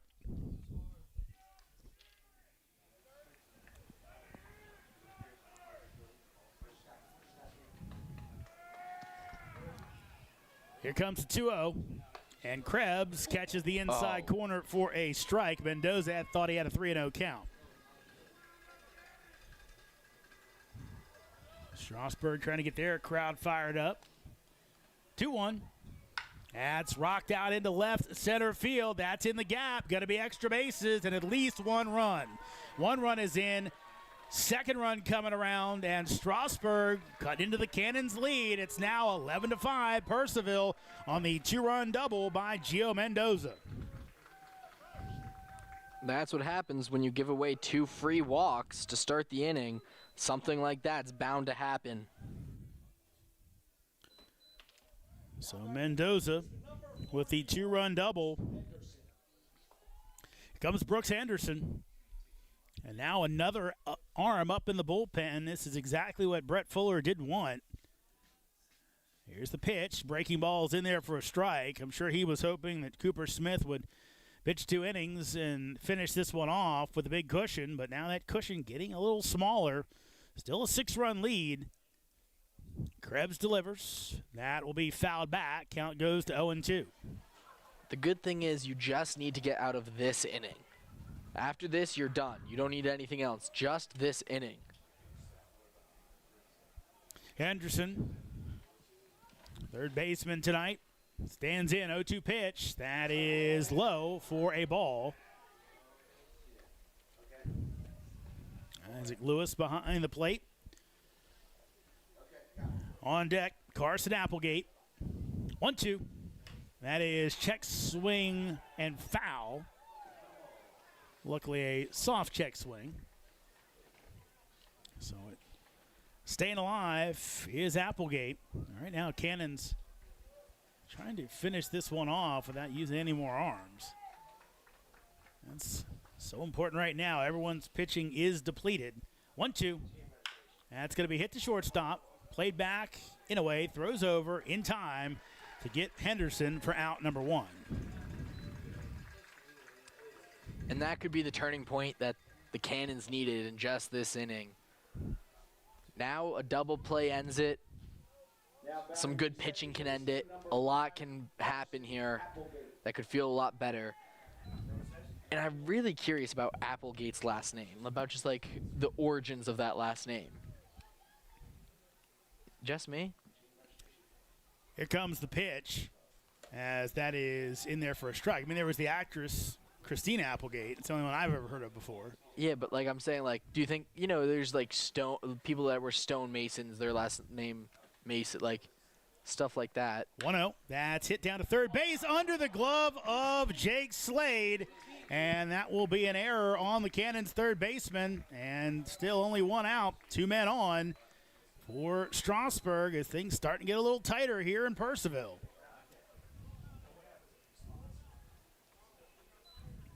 Mendoza over to third base, and Applegate on at first, and back to the top of the lineup in La Sala.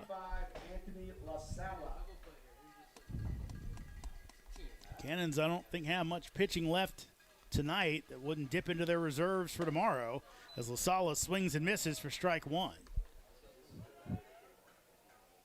Looks like Will Ricketts might be warming up. Here comes the 0-1. That's in for strike 2. And that's who your Krebs just kind of have to pitch through it. 0-2 count. Applegate gets his lead off of first base. Here's the pitch. That'll miss high, trying to get him a chase, and La Sala won't do it. La Sala, pair of walks, pair of groundouts in this one. Scored a run as well. Runner goes. That's hit, and going to be in for a base hit and possibly extra bases. 1 run is in. Freeman gets it in, and they will hold the runner at third base. And that'll be another run on the board. It's now Cannons 11, Express 6. It's one of those things you see sometimes, guys who are pretty good will come in a non-pressure situation and just don't have it. And now the Cannons contemplating right now. Well, I think they probably got to leave Krebs out there. He's their best option. So La Sala with the RBI single. 48, Connor Chisholm. Here comes Connor Chisholm. You know what I said earlier about how exciting it would be? Here's the pitch, and that's going to miss for a ball. Earlier when I said how exciting it would be for a 9th inning, you know, like comeback, I take it back.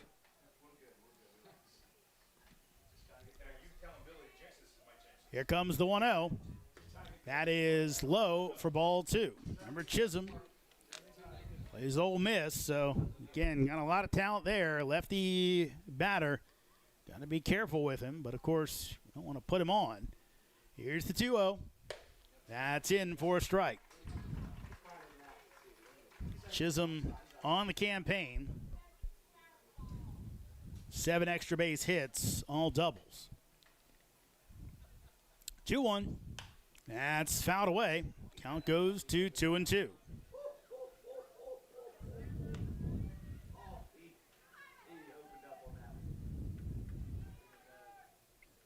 Mendoza down at third base. Applegate at first. Excuse me. It's Applegate's down at third base, and La Sala's at first. Here comes the 2-2.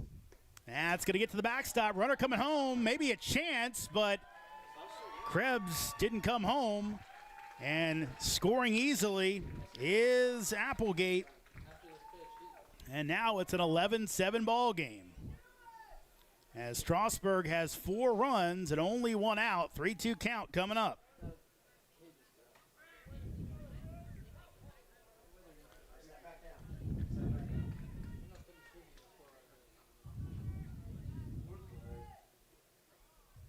Krebs comes set. Payoff pitch. And that is going to miss outside for ball 4. And here comes Connor Chisholm. He goes down to first base. And Chase Ingram coming to the dish as the Cannons can't end this one.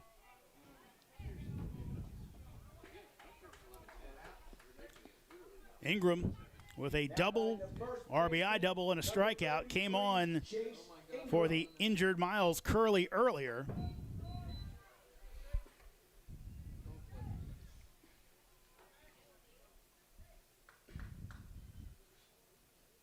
Krebs delivers. That's going to be broken back to third base. Steps on third, throws over, and he will get the out at first base as Slade kept his cool on the broken bat. As Charlie Krebs, it got a little hairy, but he gets them out of the jam. Strasburg showing the heart they always do. Makes it a little scary for Cannon fans, but they get the win 11-7. Totals in this one, Cannons with 11 runs on 8 hits and 2 errors. Express with 7 runs on 5 hits and 1 error.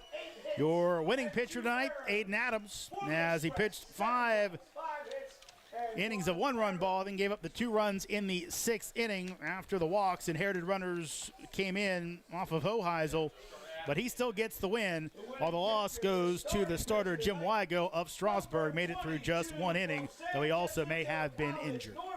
Again, that's our final 11-7. Game 2 tomorrow night down in Strasburg. Check it out on their YouTube page. We will have more baseball. TJ and I will be back with you, either a deciding Game 3 in this series or possibly Game 1 or 2 of the championship series. Make sure you stay tuned to all the Cannon social media feeds. For TJ, I'm Jeremy saying good night. Cannons win, Cannons win. They take Game 1 in the Valley League North Division Championship 11-7 over Strasburg.